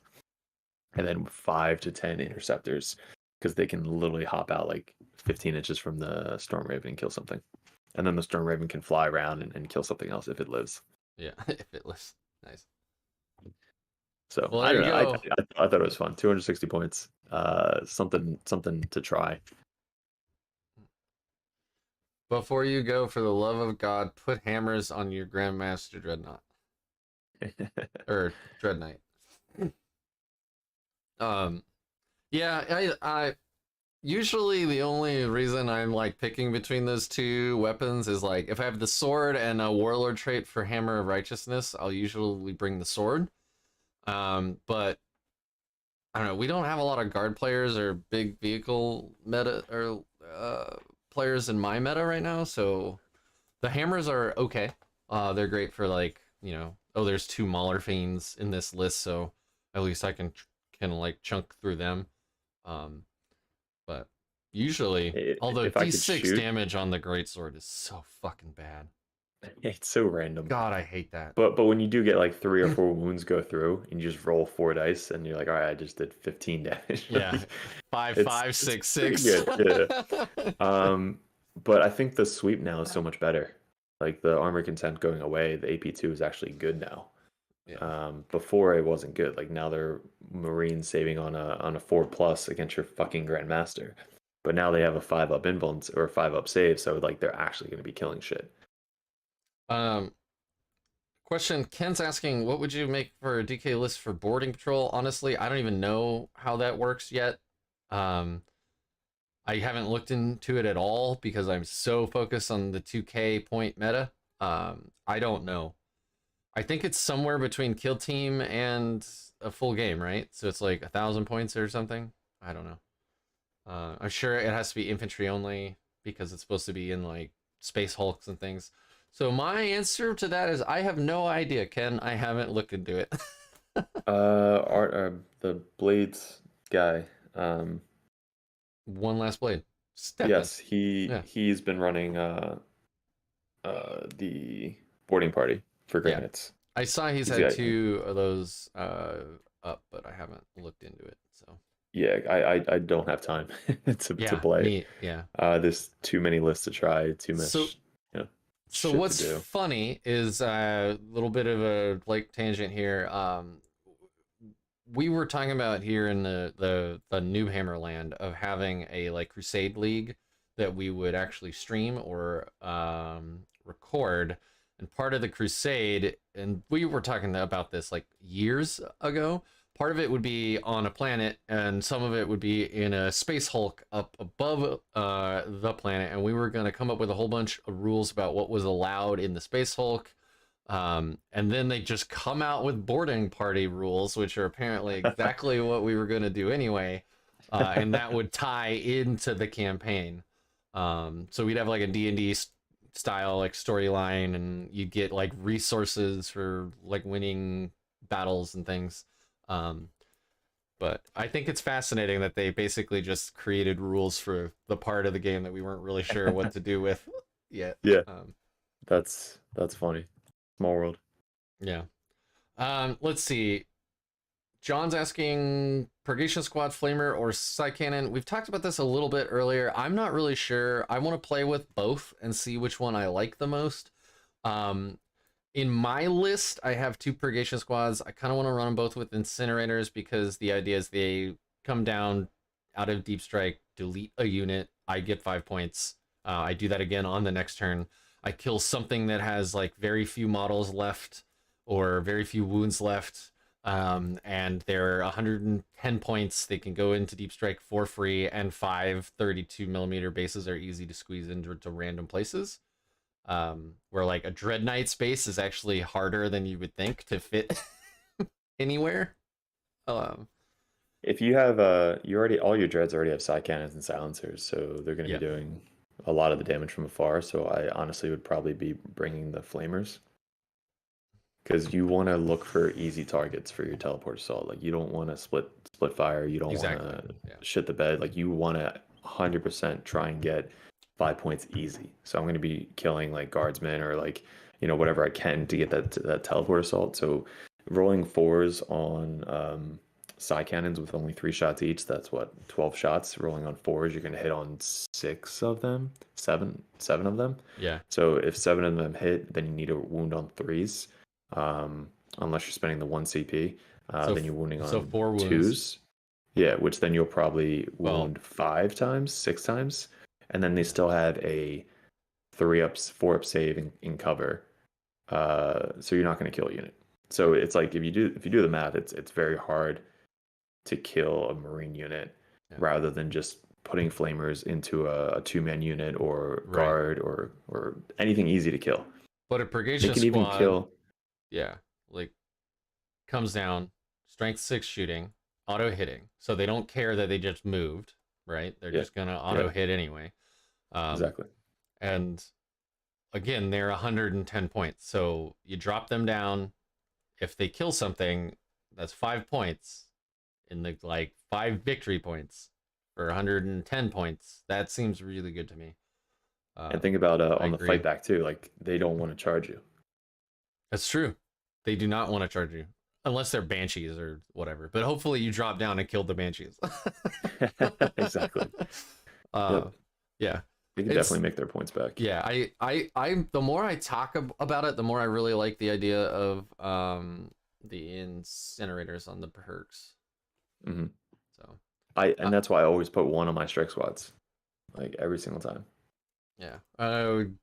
Dominic's backing you up on the Storm Raven, 4-up invul and -1 to be hit because of supersonic. But the thing is, if they stay in supersonic, they have to move 45 inches, which means they fly off the board. So you don't bring them back in until the next turn. It starts to get so it still counts as being moved on when it comes in from the reserve. So you still get -1 to hit no matter where you put it. Yeah, but then on your next turn, now that it's on the board, it's still in supersonic, or you can just put it in hover. You have to go minimum, I think, like 20 inches to keep it. Oh, okay. So it's like as long as you're like turning it and then going 20 inches the other way, you could do that. Okay. But at that point, you only have 2 more turns to go. So it's like you're gonna probably go into hover mode, move close to a character or something. I don't know if we have a 1 CP strat that you can fight on full, but if we do, use that. And then we have the machine spirit. Yeah, so then although just I blow think the character. It's 2 CP. Of course it is, because we're Grey Knights. Yeah, because of course it is. Yeah, purity of the machine spirit. It is 2 CP. Select 1 Grey Knight machine spirit model until the start of your next command phase. It is considered to have its full wounds remaining. So that way, like, you can move the full distance. You can also shoot at, the right ballistic skill. If you wanted to, let's say your tech priest is kind of near the middle of the board, you can deep strike it in or put it 3 inches away from the tech priest that one turn, and then the tech priest can give it +1 to hit for the next turn. So then Mhm. it flies up near like the army or characters, and you hit on 2s with everything. You can spend 1 CP for Cybolt ammunition on what 24 Stormbolter shots. Yep. Hitting on twos. And yep, hitting on 2s and then just kind of nuking something. So if it lasts 1 extra turn, I think it made its points back. If it dies in 1 turn, then 260. I have this model and I've only put it on the board twice and it's been like insta-gibbed I have both 3 times. of them. So wow, nice. Yeah. Yeah, that was back in the day when you could run Drago and like five Storm Ravens. that was the whole list. Drago and 5 Basically. Yeah. So let's see. Noah is screaming in all caps about how good the great hammers are. I agree. Yeah, super 6 melt is on 3s. Every other unit has a better every other unit you have is a better sweep over the hammers. Yeah, I don't know. I want to play with the hammers more. I love the swords, but yeah, sweep is hard to say no to when you have 14 or 12. Yeah, I would. Attacks. Yeah, I would play the sword Nephilim, but in Arks of Omen with armor contempt gone, it's a lot easier to kill shit. All right, and it says 6 is to wound, mortal wounds. So a super quick boarding patrol thing. It's 500 points, and then there are certain special rules for each faction about what can and can't be taken. So Grey Knights can actually bring interceptors, and I guess most other units can't bring any fast attack, or most of their armies can't bring fast attack, which is kind of neat. But I should look those up because it seems fun. Yeah, I mean it seems like a cooler version of Kill Team. Yeah, kind of. Well, but I again don't know any of the rules. Like Kill Team is even smaller, right? It's like around, I don't know, 100 or 120 points, somewhere in there. Yeah. And then you have boarding actions, which are 500 points, and then you have Crusade, which are 1,000, and then you have match play, which is 2,000. Let's see. Noah. John is thanking us for our response, and then he's in Joint Base Lewis McCord up in Washington. So you're in my neighborhood, friendo.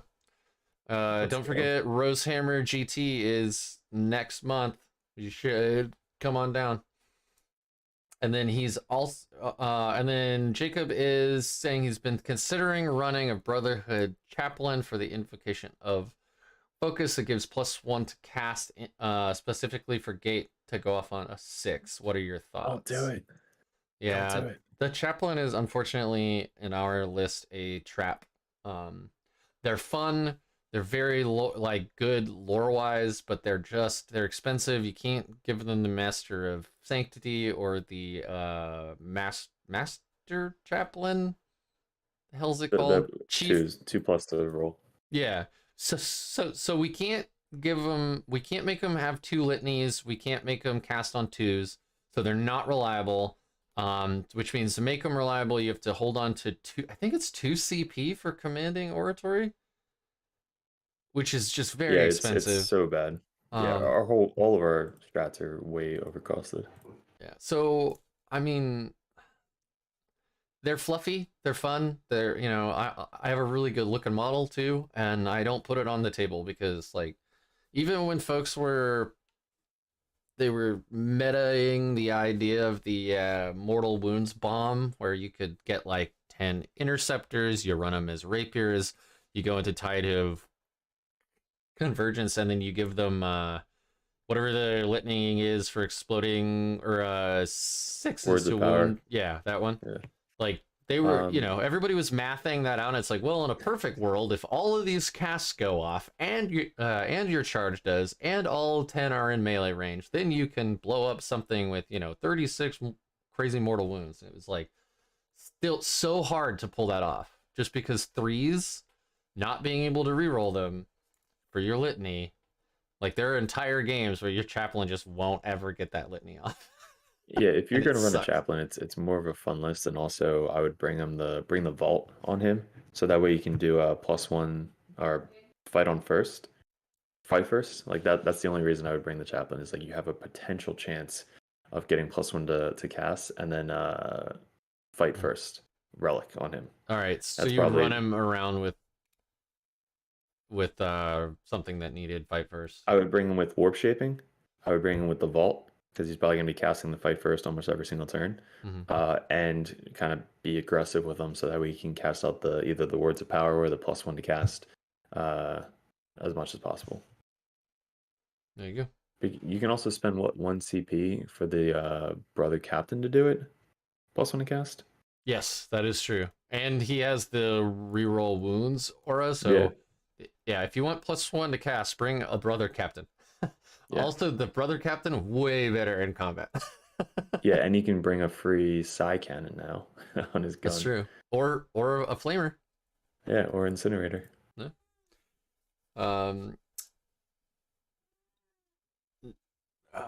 Noah says that perks are really good into Ravenwing. I assume that's because they are always -1 to be hit if they move and things like that. So when you just flame them, you don't care. Yeah. And they're also T5, so the strength 6 is going to win them on 3s to start. So yeah, actually, man, we just Yeah, keep talking more and more about flamers, and now the I'm flamers are sold. so good. I'm sold, man. Flamers are so good. Strength 6 flamers, like I don't know, other than Bale flamers, I don't think there's another faction that gets strength 6 flamers. Sisters. Oh yeah, okay.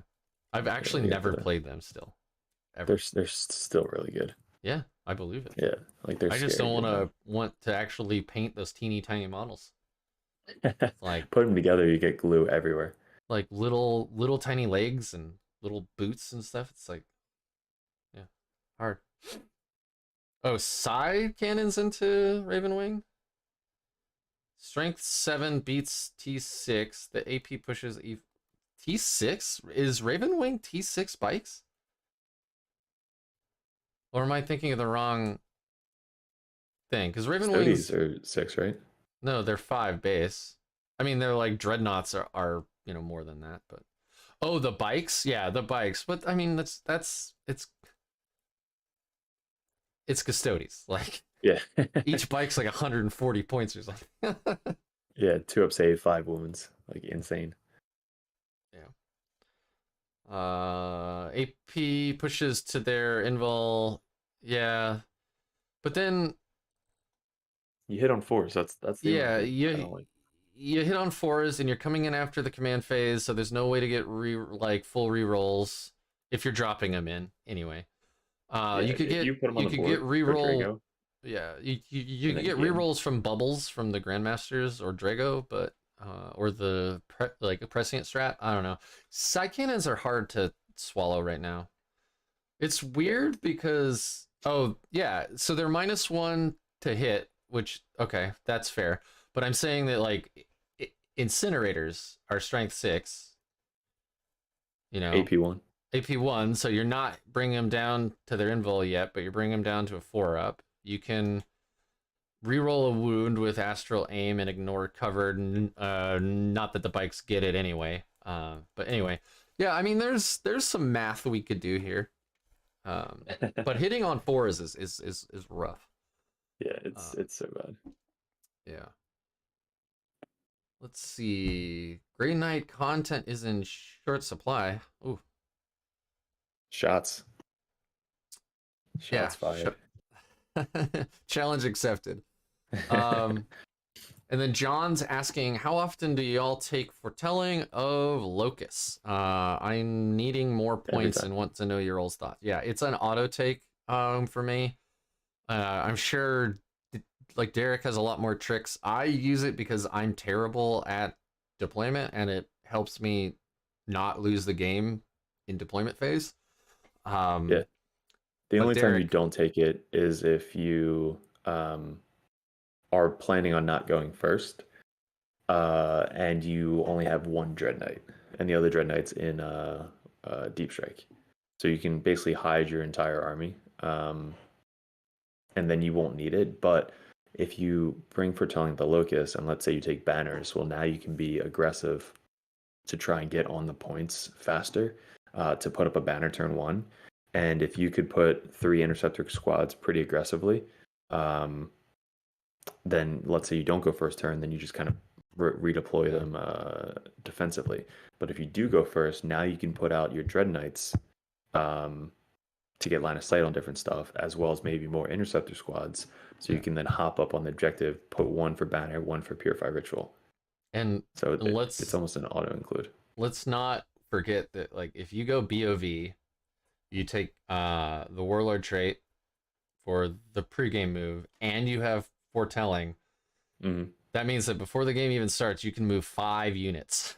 Yeah. So your deployment effectively doesn't matter. Like, changes everything. If your opponent is trying to like counter drop you during deployment, you can just like move half of your army before the game starts, which is pretty gnarly. And then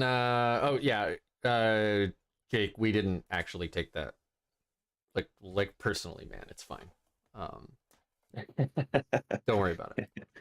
However, I have to get ready for work here, so I got about 15 minutes. I can push it to maybe 20 if folks want to ask some more questions. I'm excited though. Like, Arks of Omen has made it so that we can have these long format discussions about stuff like Storm Ravens, which in Nephilim you were never gonna take ever because they were too expensive, too easy to kill. I guess they got AOC, which kind of would have been nice, but otherwise, like, yeah, they're just not, Yeah, like 4 Binvoln is needed on it, so you have to make sure you're within 18 inches when you come in. And then if you can, try to get within 3 inches of the Tech Priest. Yeah. So I guess how it works is you want to be within 12 inches of whatever you're trying to blow up for the Meltaguns, and then within 3 inches of a Tech Priest, to try and get the +1 to hit next turn. Yeah, and then you have to be within 18 of Drago, which is a lot easier because 18 is far. I mean, is even Sanctuary the 18 or 12? Sanctuary 18. Okay. Yeah, anyway. Sanctuary is really good. It's like 18 inches. Only need a 6 to cast it. And it's out of line of sight, if I remember. The only line of sight you need is Vortex of Doom, Smite, Purify Flame, Smite. Yeah. So all the Witchfire. Yeah, even the Prescient Brotherhood, you don't need line of sight. Yeah. So you can like put that 12 inches away on like a character behind a wall, and then he can't move. I want to know your hot take on this, Derek. So I don't think this is competitive, but I have a Knight Paladin, and I've been wanting to paint it in the colors of Forge World Demos and run it with my Grey Knights for a long time, like even before that was allowed at all in Nephilim. What do you think? They got, a lot of firepower. They're I must deal with this target, like your opponent has to deal with it, 24 I think wounds. It makes it I think it makes it easier with Arks of Omen because you can just reserve it. That's yeah. So almost always you're just going to reserve it turn 1, and then walk it on the board and kind of kill whatever you want to kill, and then if it dies, at least you have the rest of your army to go out and do stuff. Yeah, it is like 460 points in the build in the list that I made though, so it's hard to. It's real hard to swallow. Every turn. So with Black Legion, you bring the Decimators, and they only shoot 24 inches. So almost every single time, you're going to be reserving the Decimators, coming in on the board edge, hitting on 2s, whatever they want to hit, within 24 inches. So it would be the same with any Knights. Like with the 1 Knights that I bring with Prescient, they have the Guardian thing where they can walk on turn 1 from reserves. So it's the same thing. Like I'm always putting them in reserves, and they come on turn 1. With this, I don't know if he can come on turn 1, but he can at least walk on the table edge and not worry about being shot. Yeah, I don't think he can come in turn 1. No. If he can take that 1 power, he might be able to because he's a knight, right? Yeah. I don't know I if it's only the small war dogs or if you can take it I on the big knights too. I'm not I'm not sure because like the knight rules I don't know very well, and then the knight rules in allies I definitely don't know very well. So I'm not gonna say anything because I know I'm probably wrong. It's something You know, guardian. yeah. Um, what's your knight called? Mine's a knight paladin, but I can run it at whatever as whatever. Um, Yeah, so you just have to look up the knight rules. Dominic And says every Imperial Knight can take Mysterious Guardian if they are in a free blade, which you have to be anyway, if I remember right, to bring as an ally so to a yes, I would non-knight 100% do detachment. that list walking in turn one. Yeah.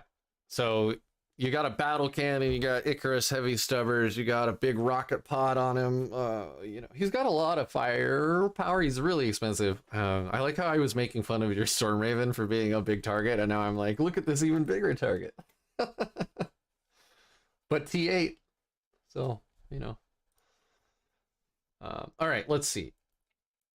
That's foretelling of Lucas. Wolf is asking again about World Eaters. So after the Blood Tide, they'll have a +5 or a 5 field of campaign against mortals, and then they have 3d6 charges from a strat. Is that 3d6 total, or is it 3d6 take the highest? Because For what? for World Eaters, I'm asking Wolf because I don't know all of their rules. And then like potentially having Angron in the backfield turn 1 with his 6-inch move and mass charge. Okay. A Wolf says it's 3d6, take the highest. Or drop the lowest, I guess, is the best way to phrase that. But yeah. 16-inch move. Yeah, I meant to say that. I don't know what I actually said. But yeah. 16 Crazy. inch Yeah, they are move. super fast. And he has fly. And then what's the mass charge thing you're talking about? I assume Angron does something to make everybody angrier because, you know. But if I remember right, to beat Angron, you need 116 Grey Knights all in Terminator armor. And then you kill untold amount of little demons. You kill 3 bloodthirsters and Angeron, and you only have like 13 knights left. That's how it's supposed to go, if I remember right. And then he comes back, what, 8 days later? Not 8 days. I think they. 8 weeks? It's like 8 years, 8 months, 8 weeks, 8 days, 8 hours, 8 minutes, 8 seconds. Which somebody did the math, and it's well over like 9 weeks, but because their number is 8, like you know, everything's 8. Yeah. I'll let Wolf answer that question and we'll move on just slightly. Yeah, Knight, Castellan, and 4 DKs. That's actually exactly the list I was well, not exactly. I was gonna do on Knight Paladin, but yeah, that's kind of the hilarious thing that I wanted to bring. And then John's asking go-tos. Which Brotherhood would you take? Prescient or Blades? I like Prescient a lot because I like the CP regen, and then I really like the strat to reroll 1s to hit and 1s to wound.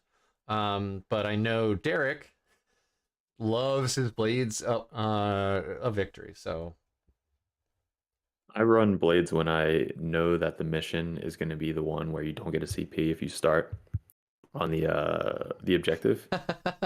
So if they're not running that one, you could probably just get away with Prescient. But my go-to in GT, if I know like, all right, I want to try and win this GT, it's going to be Prescient. My fun RTT build, knowing that it's not going to be, it's just going to be an RTT, I'm going with Blades of Victory. I mean, didn't you bring BOV to LVO? No, I brought Prescient. Oh, okay. Yeah, it was Prescient with 3 Paladins and Mortal Wound Libby that just killed everything. Thoughts on deep striking a brother captain with incinerator purgation squad so that they can reroll one's wound. Well, if you go prescient, they can drop in, you spend 1 CP on them, and they'll reroll ones to hit and ones to wound. Obviously, the hit doesn't matter with the flamer. But the other, like, if you're bringing a brother captain, he's going to be trying to buff as many units as possible, not just one purgation squad. So I don't know if that really tracks in that specific instance, unless you drop the purg squad kind of near the brother captain who's near other stuff anyway, in which case, yeah, go for it. That sounds awesome. You're welcome, Wolf. We like hanging out with you guys too. And then he says, doesn't Angron also benefit from this charge from the 3d6 strat? So, like, depending on the map, he could be in your backfield turn 1. Yeah, I don't know, man. I don't know the World Eater stuff very well at all yet. I've never played them. Like, they just had the release, what, last week? I haven't even read, like, the NoobHammer Codex review, which I usually try to, like, peruse those at least and get some semblance of an idea what an army that I'm going to play against might be able to actually do.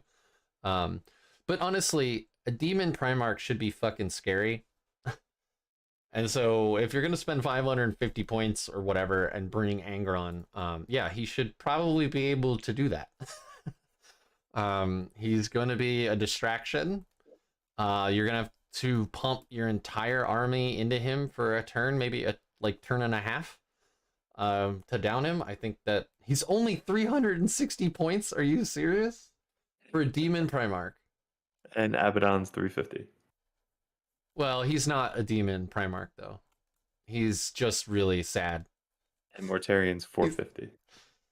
Yeah, but like Morty was 500 when he came out, and everybody thought the world was falling. Like, that's the Warhammer competitive subreddit was full of like, how could Games Workshop do this? This is the end of competitive play.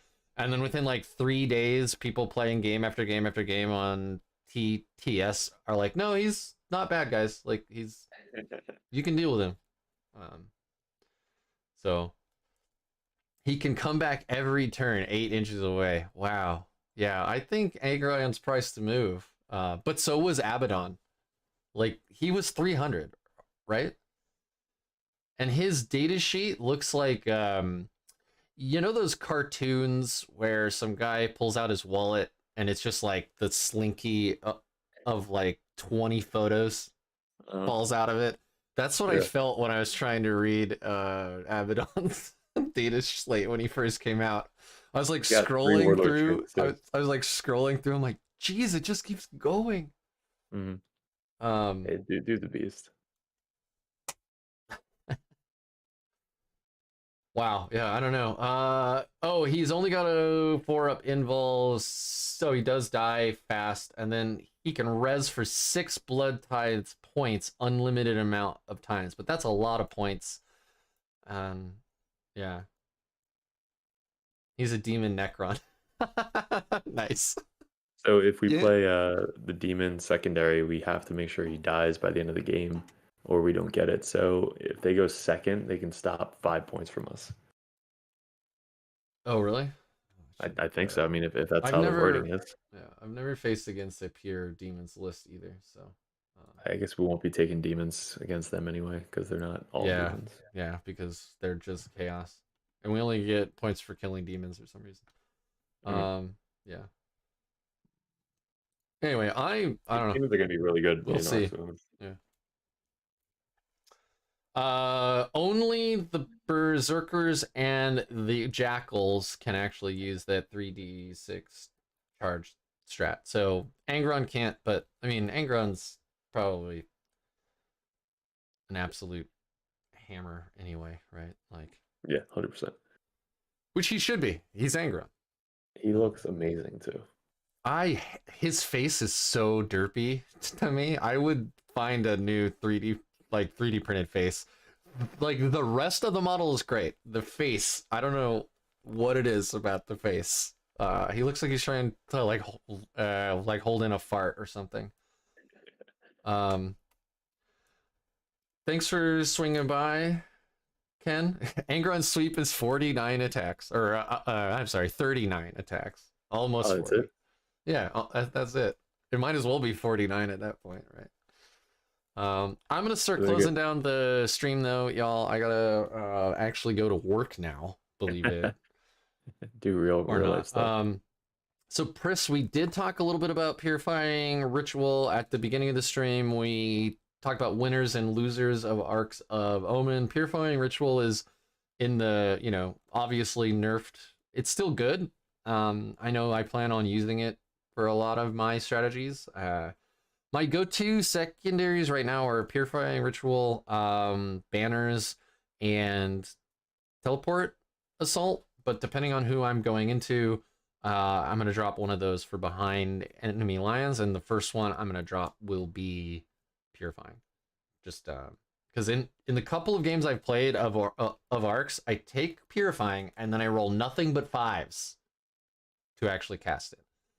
So they change it to warp charge 6, and I just roll nothing but fives. It's terrible. For me specifically. I know logically, mathematically speaking, it's still very good, but yeah. All right. Thank you everyone for swinging by. Last time that I will mention this, down in the description and below are tons of links to various Discord channels, to Derek's YouTube. If you haven't checked that out, he has some really great in-depth analysis about his games at LVO. He has battle reports like almost every week, right, man? It's like pretty constant stream of I try to do 1 to 2 a week. Yeah. of bat reps. Most of those are with Grey Knight, so if you want Grey Knight content and you haven't been over there, check it out. And obviously he's a better player than I am. He's the best Grey Knight player in the world last season. Where's your trophy? On the shelf. Come on, man, we gotta see it. Clear. I honestly, it's heavy. I would hope so. I didn't even know I was getting this at LVO. Nice. I got 2022 ITC Warhammer 40K Best of Grey Knights. That's awesome, man.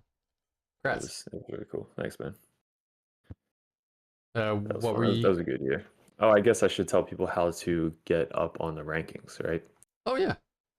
So, top in the world, right, is the best 8 of your scores, RTTs and GTs. GTs, depending on the size of the GT, is how many points you're going to be getting. Example, LVO, I got 240 points, and that was a 900 person GT. So I placed in 20th, and I got 230 some points. So that was really what pushed me up.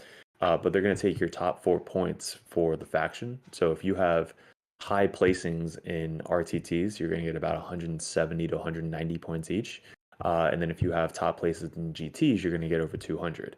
So if you want to place high in your armies, you go to your best 4 RTTs or GT points, and that's how you're gonna place high. I thought it was 8 events. 8 is for overall best players. Oh, it's only 4 for best. 4 for the other one. So my other 2 top points were with Death Guard, because I brought Death Guard to Goonhammer and took first in Goonhammer, and I took Death Guard to Nova and placed like 36 or something in Nova. So those points didn't count towards Grey Knights. So they only counted towards my overall. The overall, I think it was like 90th in the world or something, 80th or 90th. But for Grey Knights, I had to go to LVO with Grey Knights to get points to try and place there. So it's the top 4 for the factions. Cool. Yeah, man. I need to go to more tournaments. Rosehammer GT is next month. I need to start getting in my reps. It's about a month away now. It'll be my first GT since LVO 2021. So I got a GT this next weekend. Small GT. It's like 60 players or something. I'm sorry. And it was LVO 2022, but it happened in January 2022. So I think about it but it was the 2021 ITC season. So that's why I got confused. Anyway, I'm sorry. Sorry, Derek. Go ahead. Oh, I was saying I got a RTT this weekend, which I'll run Black Legion, and then GT the weekend after that. About 50, 60 players, which I'll be running Black Legion. Cool, man. Testing I it will out. not be streaming Rosehammer GT. I will be playing. I was pretty adamant about that. It's the first GT that the PDX area has had in like 4 years. So I definitely want to play in it, roll some dice, get in my 6 games, and then cry for 2 days as I mentally recover from that. I'm making a video of how to prepare for a GT. Nice. I wrote it all out, so I'm probably going to be recording that either today or tomorrow. Beautiful. And it's probably going to be posted early next week or the weekend. Cool, But man. it's really just like steps on how to prepare for a GT, Yeah, especially a 2-day event or traveling or anything like that. that's awesome, dude. Yeah, I get a lot of questions like, um, wear nice shoes, drink a lot of water, don't eat shit food, like try to eat whole foods, try not to just eat like day old pizza. um, anyway, I do have to go. Thank you, everybody. Thank you, Derek. Especially, this was awesome. We had a lot of questions, excellent chat, interaction. So, Always up for joining you, Rick. thanks, man. I know that Derek and Quinn and I are talking about doing some other collaboration. So, Get threesome going. yep, yeah. Hey, man. Like 3 beautiful men. Like, what's the problem, right? We need to make it later for you so you can actually drink some beers with us. There we go. I mean,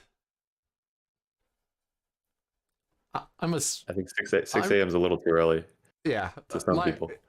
my wife might be like, but why? All right. Like, comment, subscribe, go like be active on all those discords. Awesome community, tons of content, and don't forget